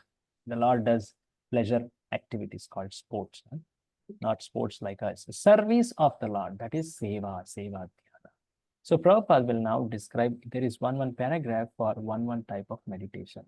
Please read in the Narasimha Purana. Yes, Prabhuji. In the Narasimha Purana, there is a statement about meditation on the form of the Lord. Hmm. It is said there, Meditation focusing on the lotus feet of the Supreme Personality of Godhead has been accepted as transcendental and beyond the experience of material pain and pleasure. By such meditation, even one who is grossly miscreant can be delivered from the sinful reactions of his life. So meditating on the form here. See, the lotus feet is mentioned. That's the form. Meditating in the lotus feet itself. So as soon as one meditates that amazing feelings of the glories of that feet, what all activities that feet did, one can remember actually when we go to see the form of Lord, we can meditate on what all different leelas that happened with respect to those limbs, like the feet. And if you recollect what feet, amazing activities the feet did. In Bali Chakravarti's head, It's coming. I was about to, tomorrow is Ekadashi, day after is Vamana Dwada. Brahman avatar. You all recollect this Vamana, how the Ganga is falling from his feet. Anything more? And also when Rukmini Mata is thirsty, so Krishna, he took out the water from the ground. So that's why in Dwaraka, it was cursed for Rukmini Devi that no, she drank water without serving Durvasa Muni. I did That is not. one thing. Okay, wonderful. Some other leelas like Kalinga Nartana, Lord dance Yes, on sir. Kalia, Lord, Lakshmi is always caressing those feet. Like this, you can remember the thighs, the wonderful thighs of Lord, how when Lord sits on Garuda, those thighs look so beautiful. There's description in Bhagavatam like this. Just meditating on the thighs, one derives great strength, it's told. Then the kati, that is the hip, one can meditate on the beautiful navel of the Lord. Damodar Leela. Damodar Leela, wonderful. And then the chest, the vaksha, how Lord adores Mother Lakshmi there, Srinivasa. And how Lord Krishna, especially, he wears wonderful garlands. He's so beautiful wearing those garlands, and he sports the jewel there. Like this, one can go on, like the neck, the kambu kantha griva, the lines of conch, one can see there, is it not? Like so many like this, one can go on describing each of the limbs. I am so deficient in remembering all this. But the point is, each of this should lead into meditation. When we go to see the form of Lord, one can remember the associated leelas and meditate on those wonderful qualities. So this is Rupa Dhyana. The next one is, what's the next one? Guna Qualities of Dhyana. life. Guna, qualities. Kindly read, persons who are constant. Persons who are constantly engaged in Krishna consciousness and who remember the transcendental qualities of the Lord become free from all reactions to sinful activities. And after being so cleansed, they become fit to enter into the kingdom of God. Any In example? other words, I recollect this example. You can also share this example of South Indian Brahmana reading Bhagavad Gita. He is not even knowing how to read, but he is yes, remembering the quality of Lord. What Yeah. quality? What quality is remembering?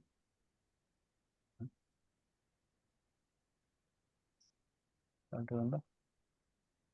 What quality he was remembering when he was holding Bhagavad Gita in his hand, which really deeply Yes, drew so Chaitanya Mahaprabhu's attention. he was trying to recollect the pastime, what is happening between Arjuna and Krishna. so devotee. Yeah, the Krishna holding the chabuk and he has become charioteer. This sight, especially the quality of Lord as Bhakta Vatsala, this actually moved his heart so much. He was actually meditating on this transcendental quality of the Lord. And Chaitanya Mahaprabhu accepted him as a true knower of Bhagavad Gita in the temple of Ranganatha there. Right? Like this is about Guna Dhyana. The next one is about Krida Dhyana, Leela Dhyana, a person who is always engaged. Read. A person who is always engaged in meditation on the sweet pastimes and wonderful activities of the Lord surely becomes freed from all material contamination. So one who is engaged in meditating on the Leelas. There are instances in our acharyas, among our acharyas like Rupa Goswami, great these Goswamis, they would go into deep meditation on the Leelas of Lord, as if they are participants in that Leelas.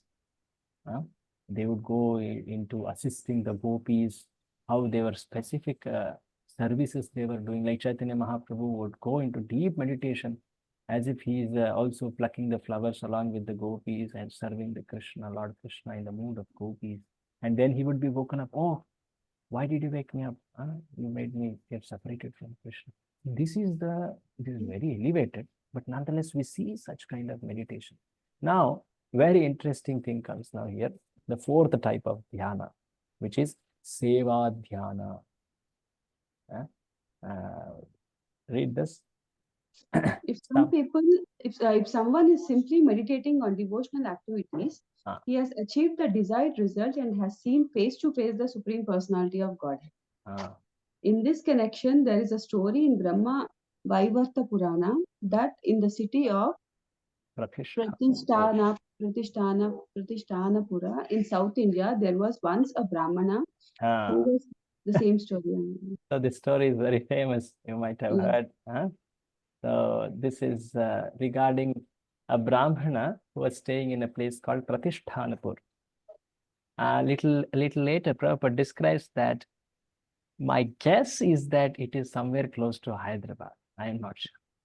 Because it's told that he was living close to the bank of Godavari. That West Godavari is called, I don't know. In the earlier Andhra Pradesh, the Godavari was very much the middle part of the state. So somewhere there he was living, in my guess. So, but nonetheless, the place is told as Pratishthanapur. So he was a simple Brahmana. It's not described that his devotional qualities before from his birth. But what is told is he was very simple. He was poor, but he was accepting whatever was happening in his life. Yes, and he was not fighting against trying to become prosperous like that. But one interesting thing which happened was he was attending a katha about Lord. And there in that katha, he heard that one can please the Lord by offering items mentally. This is the very special thing which he heard about. So one such activity here, you see, while he was hearing about Vaishnava activities, he was informed that these activities can be performed even by meditation. So usually in worshipping the deity, there are so many ingredients needed, but he was so poor. So he thought, how can I do it? But when he was informed that you can do it in meditation, he decided, yes, let me start doing in meditation in the best possible way. So he started meditating in great detail. He would start it by first taking bath himself in Mother Godavari. And then he would go, he would first control his mind and senses. Prabhupada says that was for the intent of calming the mind and focusing on the form of Lord. So he went on to do very detailedly his service, seva. So this is seva dhyan. Seva dhyan means complete absorption in all details of service, which are meant to please Lord. Read this, when he had fixed the form. Read it. When he had fixed the form when he has fixed the form of the Lord in his mind, he began to imagine in his meditations that he was dressing the Lord very nicely in costly clothing with ornaments, helmets, and other paraphernalia. Then he offered his respectful obeisances by bowing down before the Lord. After finishing the dressing, he began to imagine that he was cleaning the temple very nicely. After cleansing the temple, he imagined that he had many water jugs made of gold and silver, and he took all those jugs to the river and filled them with the holy water. Not only did he collect water from the Godavari, but he collected from Ganges, Yamuna, Narmada, Kaveri. See, the best thing in meditation is you can go to great extent. the great detail, to the great detail of offering the best items. Why to be so miserly when Lord can be served even mentally? At least you can offer in mind the best type articles, the best in your understanding. He is telling here, it's described here, he was dressing in most costly clothing, bringing all nice ornaments. And for bathing the Lord, he has golden jugs, not just some simple copper pots. And he's getting water from so many places, you see. It's in mind, but nonetheless, that very thought shows that how he is intent on pleasing the Lord in great detail. Then what else he did? Read it. He collected. Then he collected all kinds of paraphernalia for worship: flowers, fruits, incense, and sandalwood pulp. He collected everything to place before the deity. All these waters, flowers, and scented articles were then very nicely offered to the deities to their satisfaction. Then he offered arti, and with the regulative principles, he finished all these activities in the correct worshipping method. So at the end, he offered the bhoga wonderfully. He offered the flower, fruit, incense, the arati, and that's how he concluded his worship. Like this, he was doing daily. He felt so happy. Very nice. Such an amazing way to engage mind in Lord Krishna. And one day, he really felt that he wants to serve sweet rice. Sweet rice made in the pristine, most pure milk and the best rice. So he made it. We all know this pastime, how it transforms. He made it, and he was thinking to serve it after getting cold little, because that's the best taste appreciated in sweet rice. So he was checking, has it become cold enough to be offered to the Lord? So he was checking, and in his mind, he was checking by touching it with his finger, and it burnt, and his meditation broke. As it is described in the pastime, when his finger burnt, the Lord in Vaikuntha, he had a great laugh. And Mother Lakshmi was puzzled. See, it's told. He began to smile humorously, Lord Narayana. On seeing this goddess of fortune, she started asking why he was smiling, oh Lord. The Lord did not narrate it immediately. He thought, okay, let me get that person here who has made me so happy. So Lord told, hey, get that Brahmana here. I don't want to be separated anymore from him.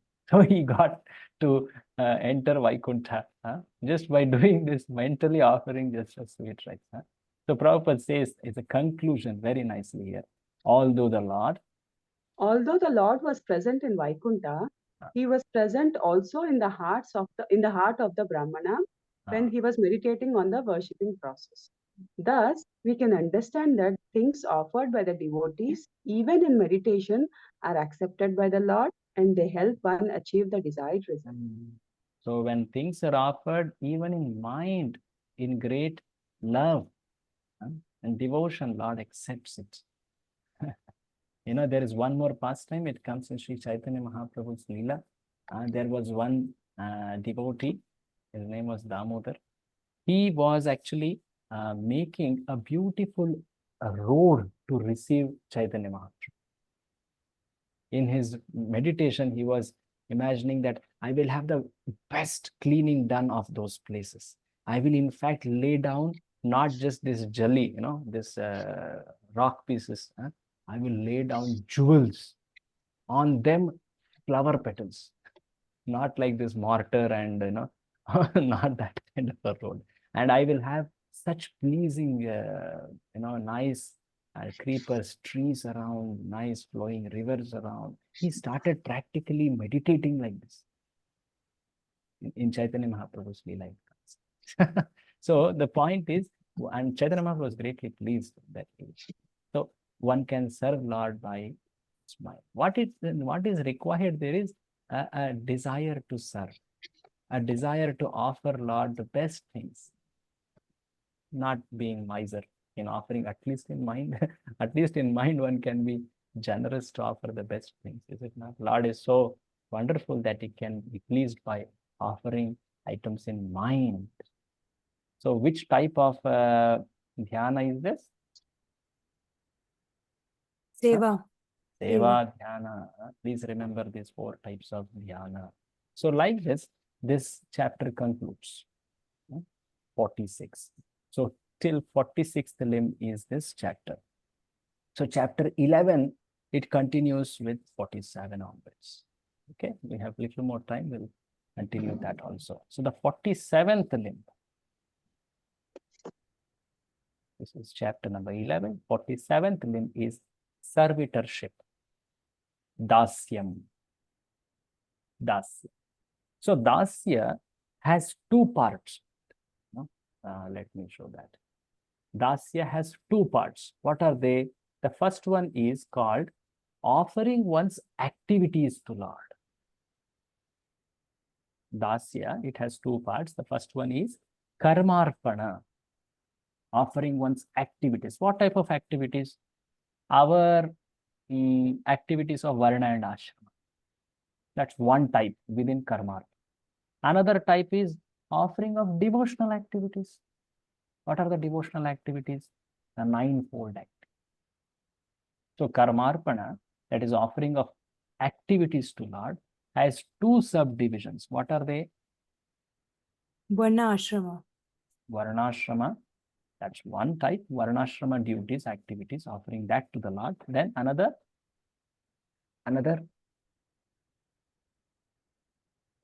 Like you doing japa, dhyan, and all those things. devotional activities. The 9 activities, Shravana, Kirtana, Smarana, Vandana, they are activities, right? So they, karmarpana could be varnashrama karma or bhakti karmas. And the second division of dasya is called kainkarya. This word is famous, like a kinkara. Kinkara means one who is always ready to do what we say. Kinkara. Kinkaroti, kinkara. Like a servant, attendant.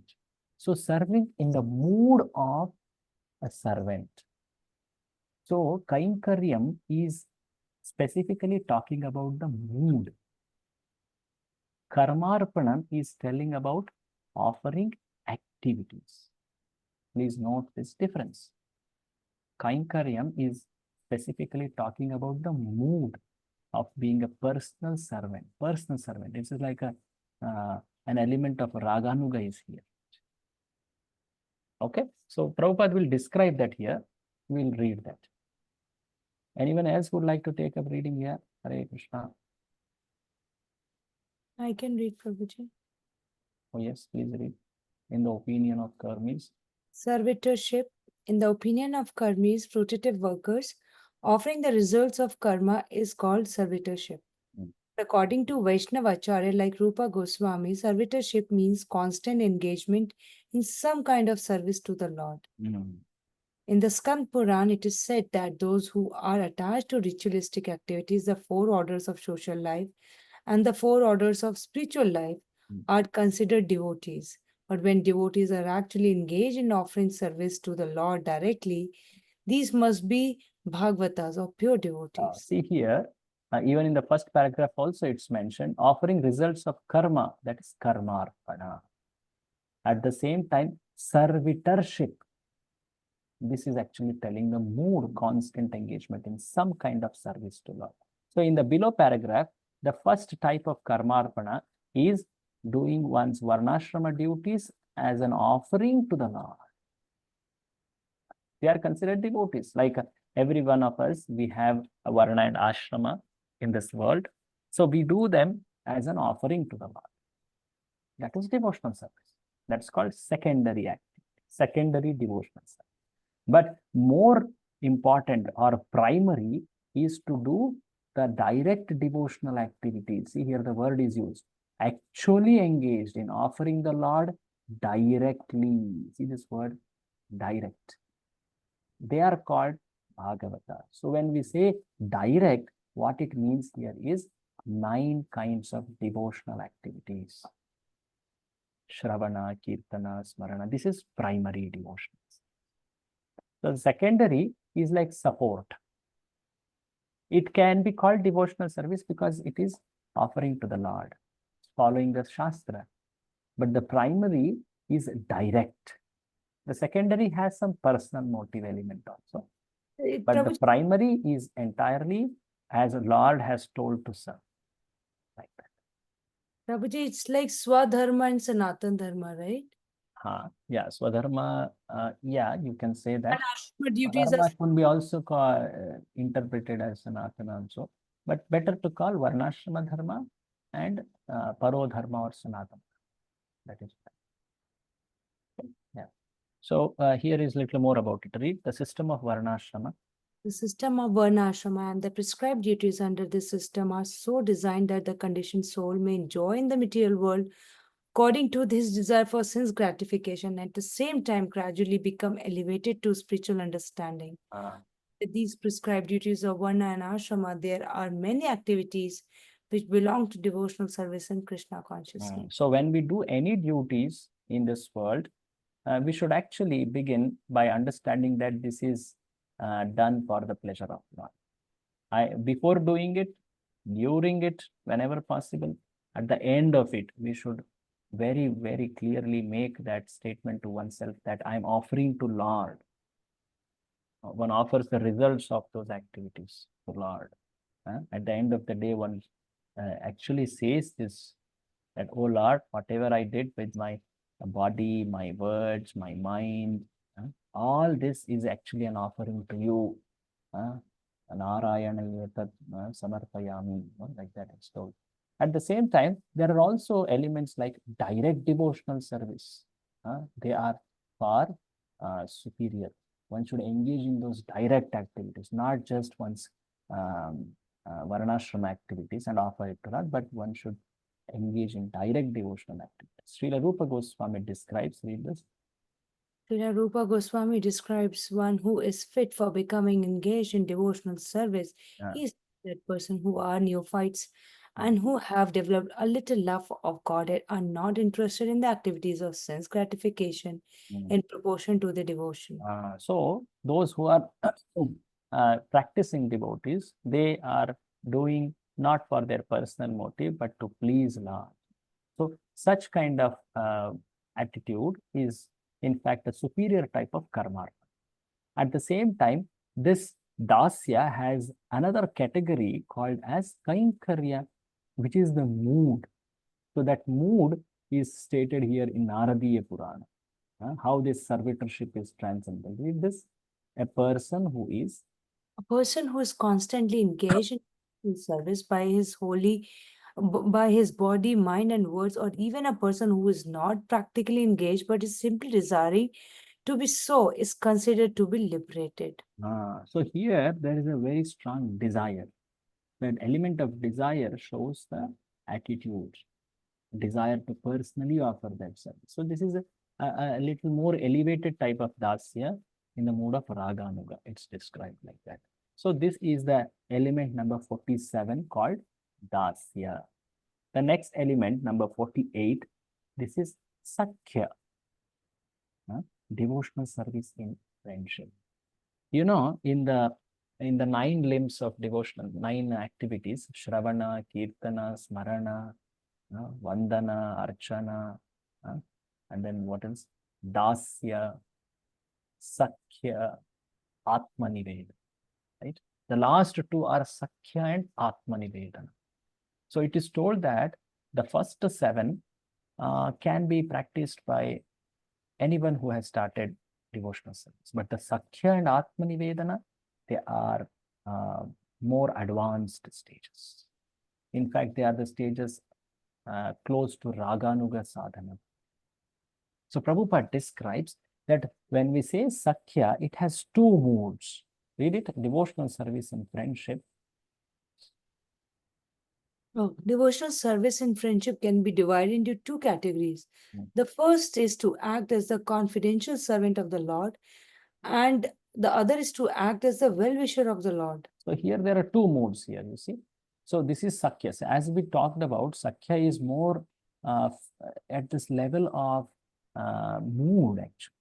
Sakhya and Atmanivedana, they are becoming more and more mood oriented, not just activity oriented. So the 2 moods is, oh Lord is like a very nice well-wisher for me. He has great trust. Oh Lord is my well-wisher. Another is, Lord is my very close friend, like a mitra. The first one is He's my well-wishing person. In the second one, he's very confident. The mood has become more intimate, confidential, mitra. So first thing was little more generic. The second one was little more intimate. Is more intimate. So Prabhupada describes that. In fact, in the first category, there are further categories. Prabhupada gives some examples for it so that we understand it. The example of Draupadi, example of a person who goes to preach the glories of Lord. Anyone who preaches the glories of Lord, Prabhupada says, is acting in the relationship of friendship with the Lord. Any person who is preaching, he is in the relationship of Sakhya, because he's talking about Lord's glories in a mood of friendship. Read it, the devotee who has confidence in Him. Yeah. Devotee who has confidence in devotional service to the Lord systematically follows the rules and regulations.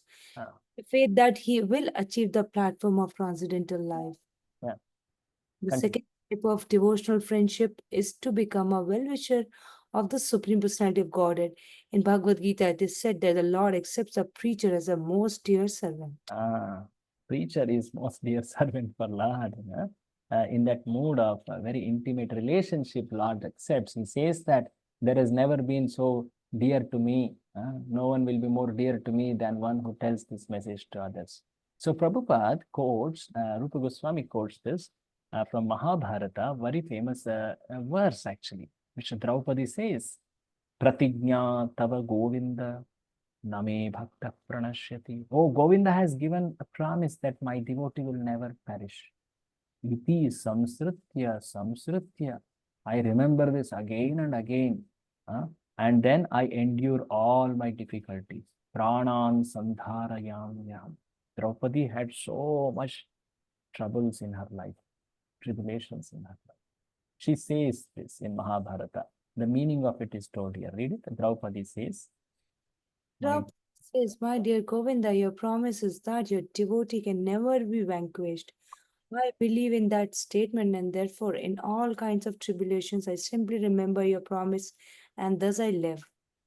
So like this, Prabhupada further says what kind of tribulations she had. Even the great learned person like Bhishma Dev was crying seeing her sufferings, her tribulations, her whole life practically, right from the time of her marriage. Practically, how much did they enjoy as kings or queens? She enjoyed hardly. She lost her sons. This is also for the obedient to the mercy of the Lord. In her Okay. tribulation, she remembered only. Yeah, you can, yes, surely you can take this example. Wonderful example. So she has that great remembrance.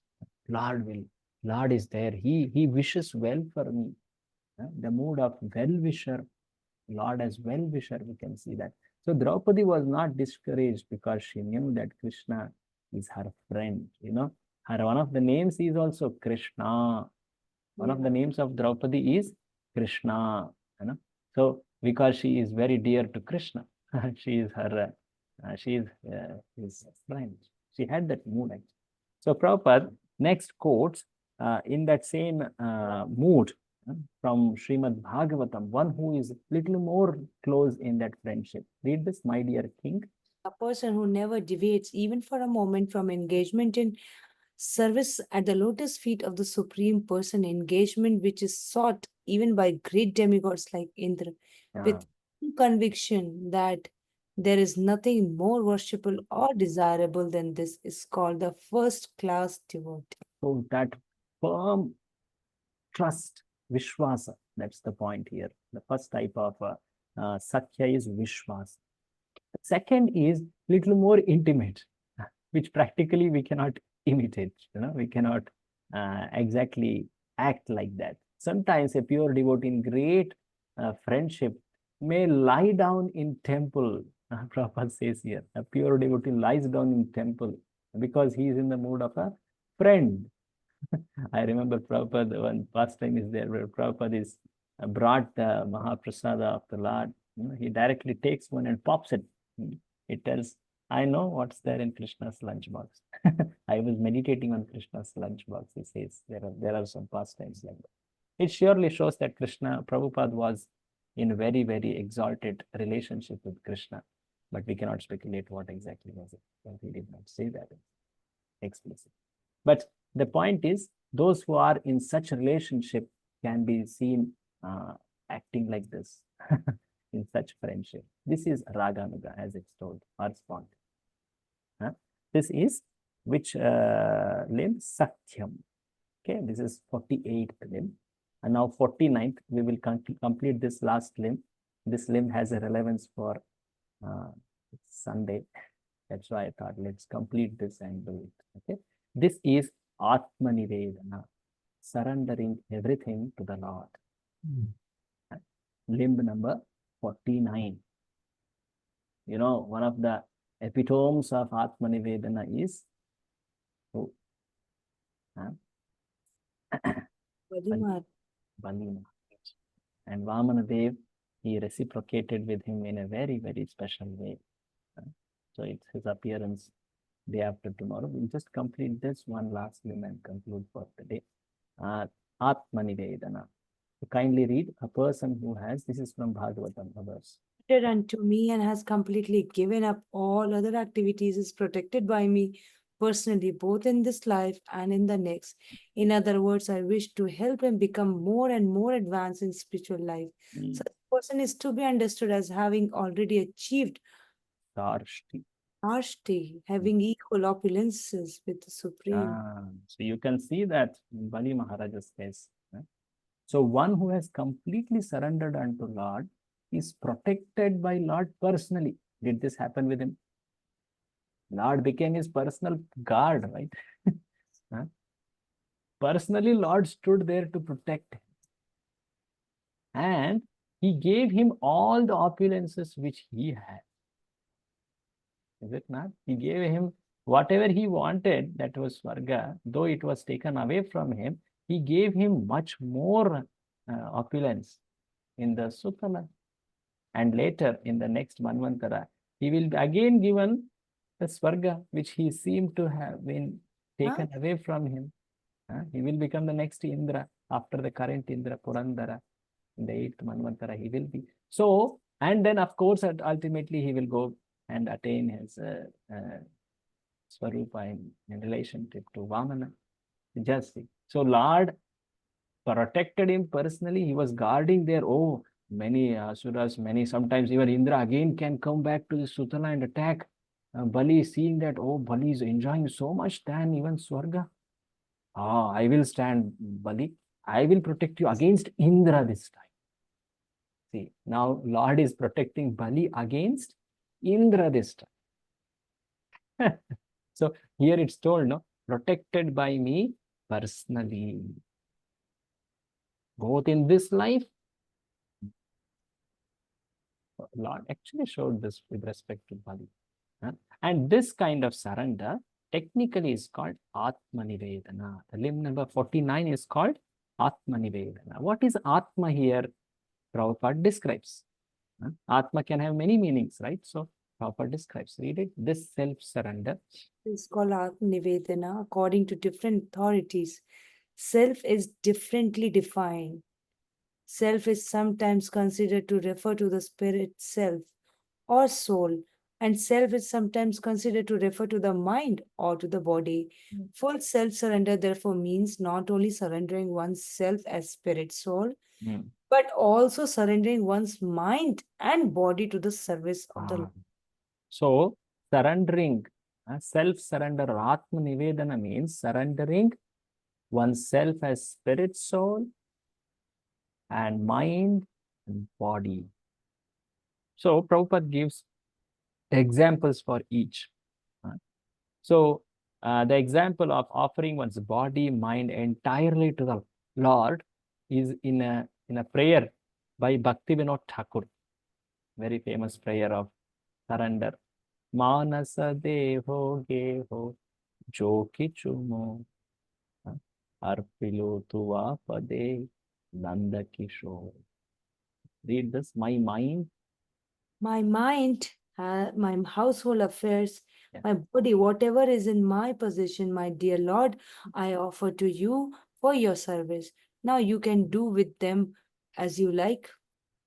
you are the supreme possessor of everything. So if you like, you can kill me, or if you like, you can give me protection. All authority belongs to you. I have nothing to claim as my own. So Bhaktivinoda Thakur is expressing there.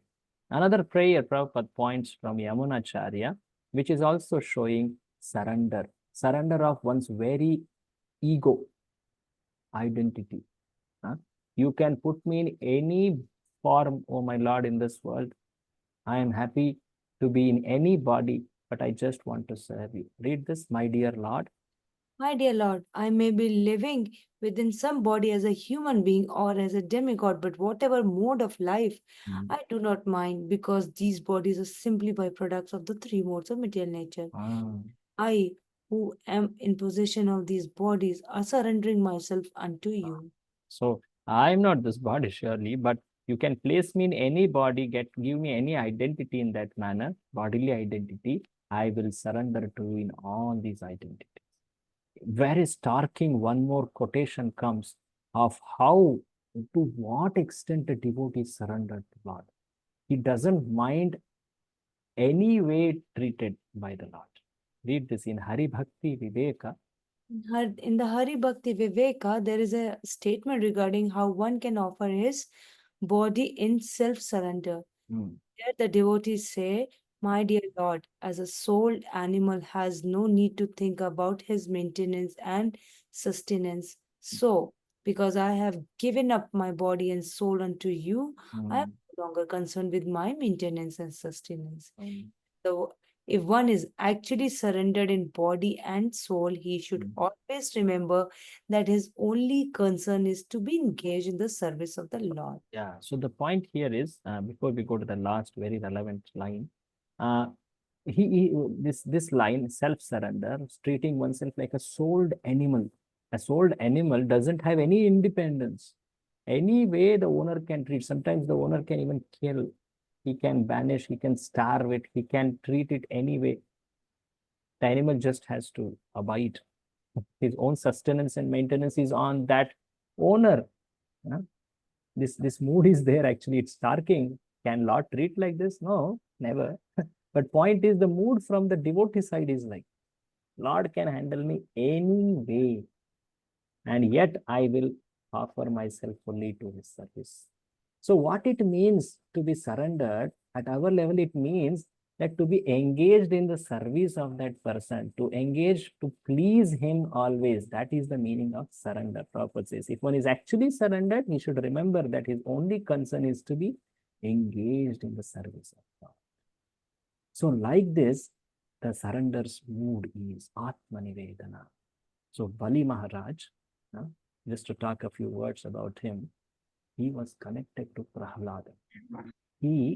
Because of that connection, he was receiving the mercy of the Lord. He got instructions by Prahlada little in the beginning. The bhakti was there in him in a seed form, like a bija. But when Lord appeared, and he very tactfully placed himself as the only cause of his activity. Being a king, he has to keep up his word, and he has to fulfill that promise he has given to a Brahmana.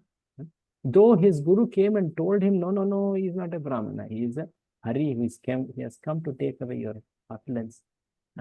Seeing that, oh, even if my guru, who had practically given me a second life, I was dead, he got me back to life, but now he's saying me go against Hari. No, I will go with serving Hari. I will offer this. Whatever is there in my possession, I will offer. Even when Guru stopped him, he told, I will not care. I will go ahead offering this land to everything to this Vatu Brahmana. And that attracted curse from his Guru, due to which he fell down from his opulent position. He did not care. At that moment, Lord blessed him with that amazing devotion. The devotion blossomed in him. So Bali Maharaj, he blossomed as a pure devotee at that moment, and he offers himself fully. He offers himself fully. And Prahalada comes there and he also blesses at that moment. due to which we get to see the beautiful form of Lord as Trivikrama. Earlier already he was attracted to the Lord because Vamana exhibited amazing beauty. Vamana Dev, he exhibited the specific opulence of beauty of Lord. Different avatars have exhibited different opulences. Vamana exhibited beauty. So he was very attracted to Lord. And Lord blessed his mercy. So he gave his mercy due to which he acted in the self-surrender spirit. At the end, this pastime became the way to bless the entire world with the Charanamrita of Lord Ganga. So, like this, in this event, Vamana, he blessed Bali Maharaj, he blessed Indra, he blessed Aditi, who was praying for his appearance, by doing what is called as a Payovrata. She was praying, oh, my children are homeless, they are, practically destitute. Kindly, oh Lord, please protect my children. She had done vrata. So he had appeared for her. At the end, he blessed everyone.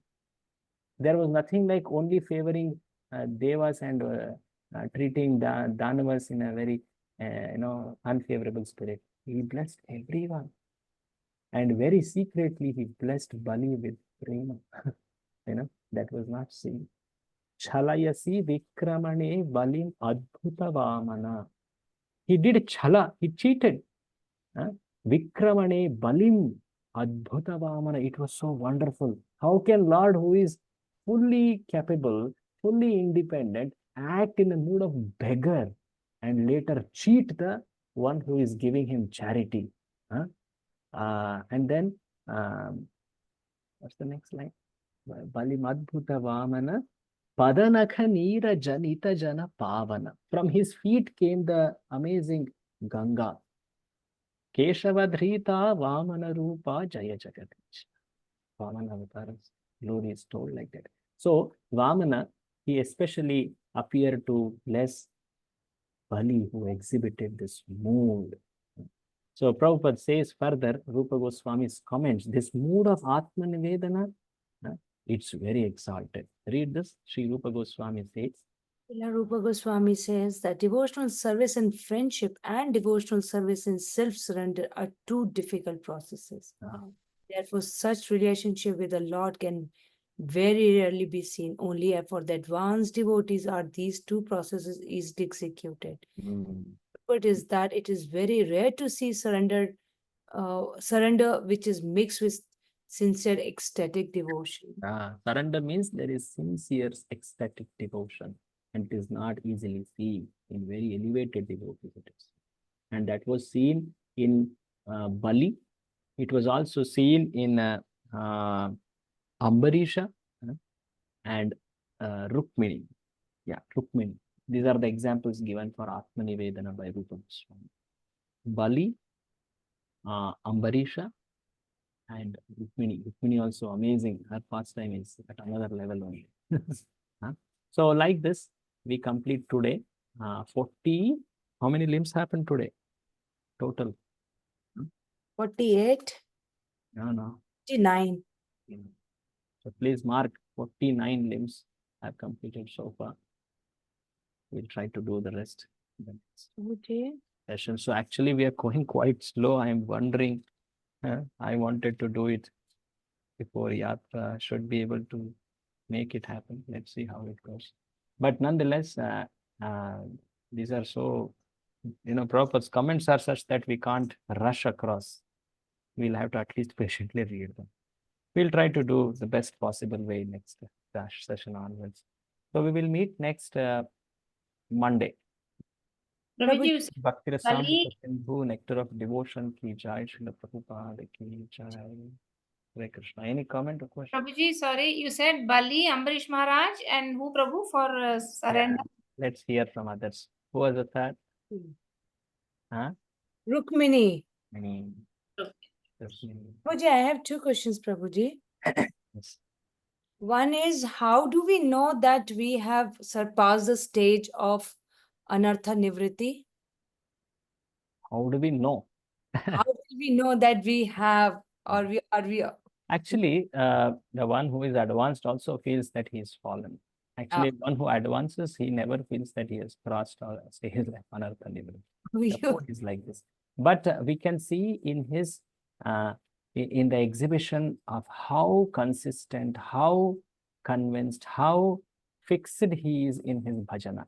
You know, Bhakti Madhurya Kadamini, Bhakti Rasamrita Sindhu, all these describe how what is the nature of bhajan he is doing, devotional service, what are the moods he is expressing. There are certain moods which can only be seen in nishtha, especially little higher stages of ruchi, and they are far higher. So like this, there is a nishtita bhajana kriya. To just give you a pointer, it is not a right forum to describe on this, but I will give you a pointer. You may be familiar with a book called Madhurya Kadambini. Very nice. So there is a description of Nishtita Bhajana Kriya, the symptoms of Nishtita, consistent or fixed devotional service. There are 5 of them. You can read them. And the symptoms of Anishtita also are there. One who has not attained Nishtha, he has another 5, who are, which are, Details. right? Ghanatarana, Vishaya Sangara, like that, many descriptions are there. So, Vyudha Vikalpa, all this. So, one sees them, one can assess oneself, oh, I surely not attain Nishtha. And when one attains Nishtha, he feels still humble and dependent on Lord. But the point is, one should be able to see for oneself. All this assessment is for oneself, never to see for others, see in others. So, when we see for oneself, then one can see, oh, I'm affected by this stage of Anishtita Bhajana Kriya. What is the remedy given? You can see that in the Madhurya Kadam. Okay, Prabhuji. And Prabhuji, another question is, like Prahlad Maharaj and Bali Maharaj, they were Mahajans and Mahabhagavats. Correct. And yet they were the rulers of Rakshas or demons. Correct. Right? So how was it like to rule the demons by Bhagavats? And how come the demons were not converting into Devtas under the rule of such Mahabhagavats? That's a very great question, even asked in Bhagavatam too.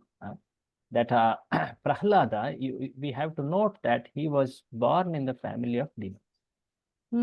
But that doesn't disqualify him from practicing devotional service. The whole pastime of Prahlada unfolds to show that how Lord is equal to everyone. How Lord is, he is actually impartial. That quality is shown in the 7th canto, Prahlada description. And in that same lineage, Bali came because he was playing as the role of king. He had to lead them. So being a leader, he had a duty to take them ahead. In fact, he had to sometimes fight against the devas. See, this quality of Bali, we have to see that through the chapters. In the beginning, Bali, because he is in the family of demons, he is not exhibiting himself as a pure devotee in the beginning. You should note that actually. He is exhibiting himself as a leader of demons. In fact, he has an ambition to take to Swarga. In the Samudra Manthana pastime, he takes over, he becomes so powerful that Indra is told, go and make a truce with Bali. And Bali, though he is the leader of demons, he is following a dharma properly. He is a dharmic leader. He's following the mundane dharma properly, their principles. So when Indra comes, everyone else says, no, let's kill Indra now only. All demons are telling. Then Bali says, hey, please wait here. This is a good opportunity. Let's talk what it is. And then both of them agree on churning to get the nectar. And that whole big episode happens. At the end, demons don't get anything. Then Bali and all demons become enraged. They attack on devas. Bali is leading them. And they are terribly defeated. Bali practically has lost his life. Practically has lost his life. And he somehow gets saved and goes. That time he says, oh, it seems that I have this is my providence. He says like this. The word of Bhagavatam is, he is thinking that it is providence acting. At one point, when he's fighting with Indra, he says, "Do not boast, O Indra. Don't you know that when time favors someone, one gets prosperity? Now it was yours till now it is going to be mine." Then Indra, when he hears, "My God, such wise words he is speaking," he respects him. He doesn't boast afterwards. So Bali was exhibiting his quality as a very responsible leader till then. He had not developed devotion. But when it happened, it was in a very seed form. When it happened, actually, it happened when he saw Vamana. Okay. As soon as he saw Vamana, he received, Vamana gave his mercy, and there was a desire by Prahlada that my son, my grandson, may attain the Ashirvada of Lord. He's going to attack on Devas, devotees of Lord. But I'm blessing him to go become victorious in this. But my actual blessing is that he should get mercy of you. This was the blessing of Prahlada also. He gives a very celestial garland before that, adventure. So Prahlada blesses him. Ultimate blessing was that he receives Lord's mercy. So when he sees Lord's beauty, he becomes transformed because Lord had showered his causeless mercy. He's a Kripa Siddha category actually. Okay. And from then on, you will see his transformation. So externally, they were exhibiting themselves as demons, but their heart was pure devotees. Vritrasura also, right? In the same way we can see, like that. Lad Maharaj was a Bhagavat from his childhood, but still he ruled for many years. Correct. And I mean, he was devoted to Vishnu, and demons are against Vishnu, but still he was ruling Vishnu. He was moderating them. He was trying to give them some direction to elevate, but surely he was not fighting against the Devas when he was the leader. Okay. Bali did because what? That's what we just now saw. Right? He was evolving in his character as a pure devotee. Like that. Okay. Vritrasura did for a very special reason. He fought even when he was pure devotee because he knew that, "Hey, kill me, O Indra, I want to go back." Like that he was. Wish for his devotees to perform something, Leelas for them. Yeah. Lord's desire surely is there here to show how my devotee can be even in a body of a demon, and yet I'm happy with him. Yes. Because of his devotion-filled heart. Okay. Thank you very much to all of you. We will meet Monday. Shri Vamana Deva ki jai. Srila Prabhupada ki jai. Thank you, Prabhuji. Hare Krishna. Thank you, Prabhuji. Hare Krishna. Hare Krishna. Hare Krishna. Thank you, Prabhu.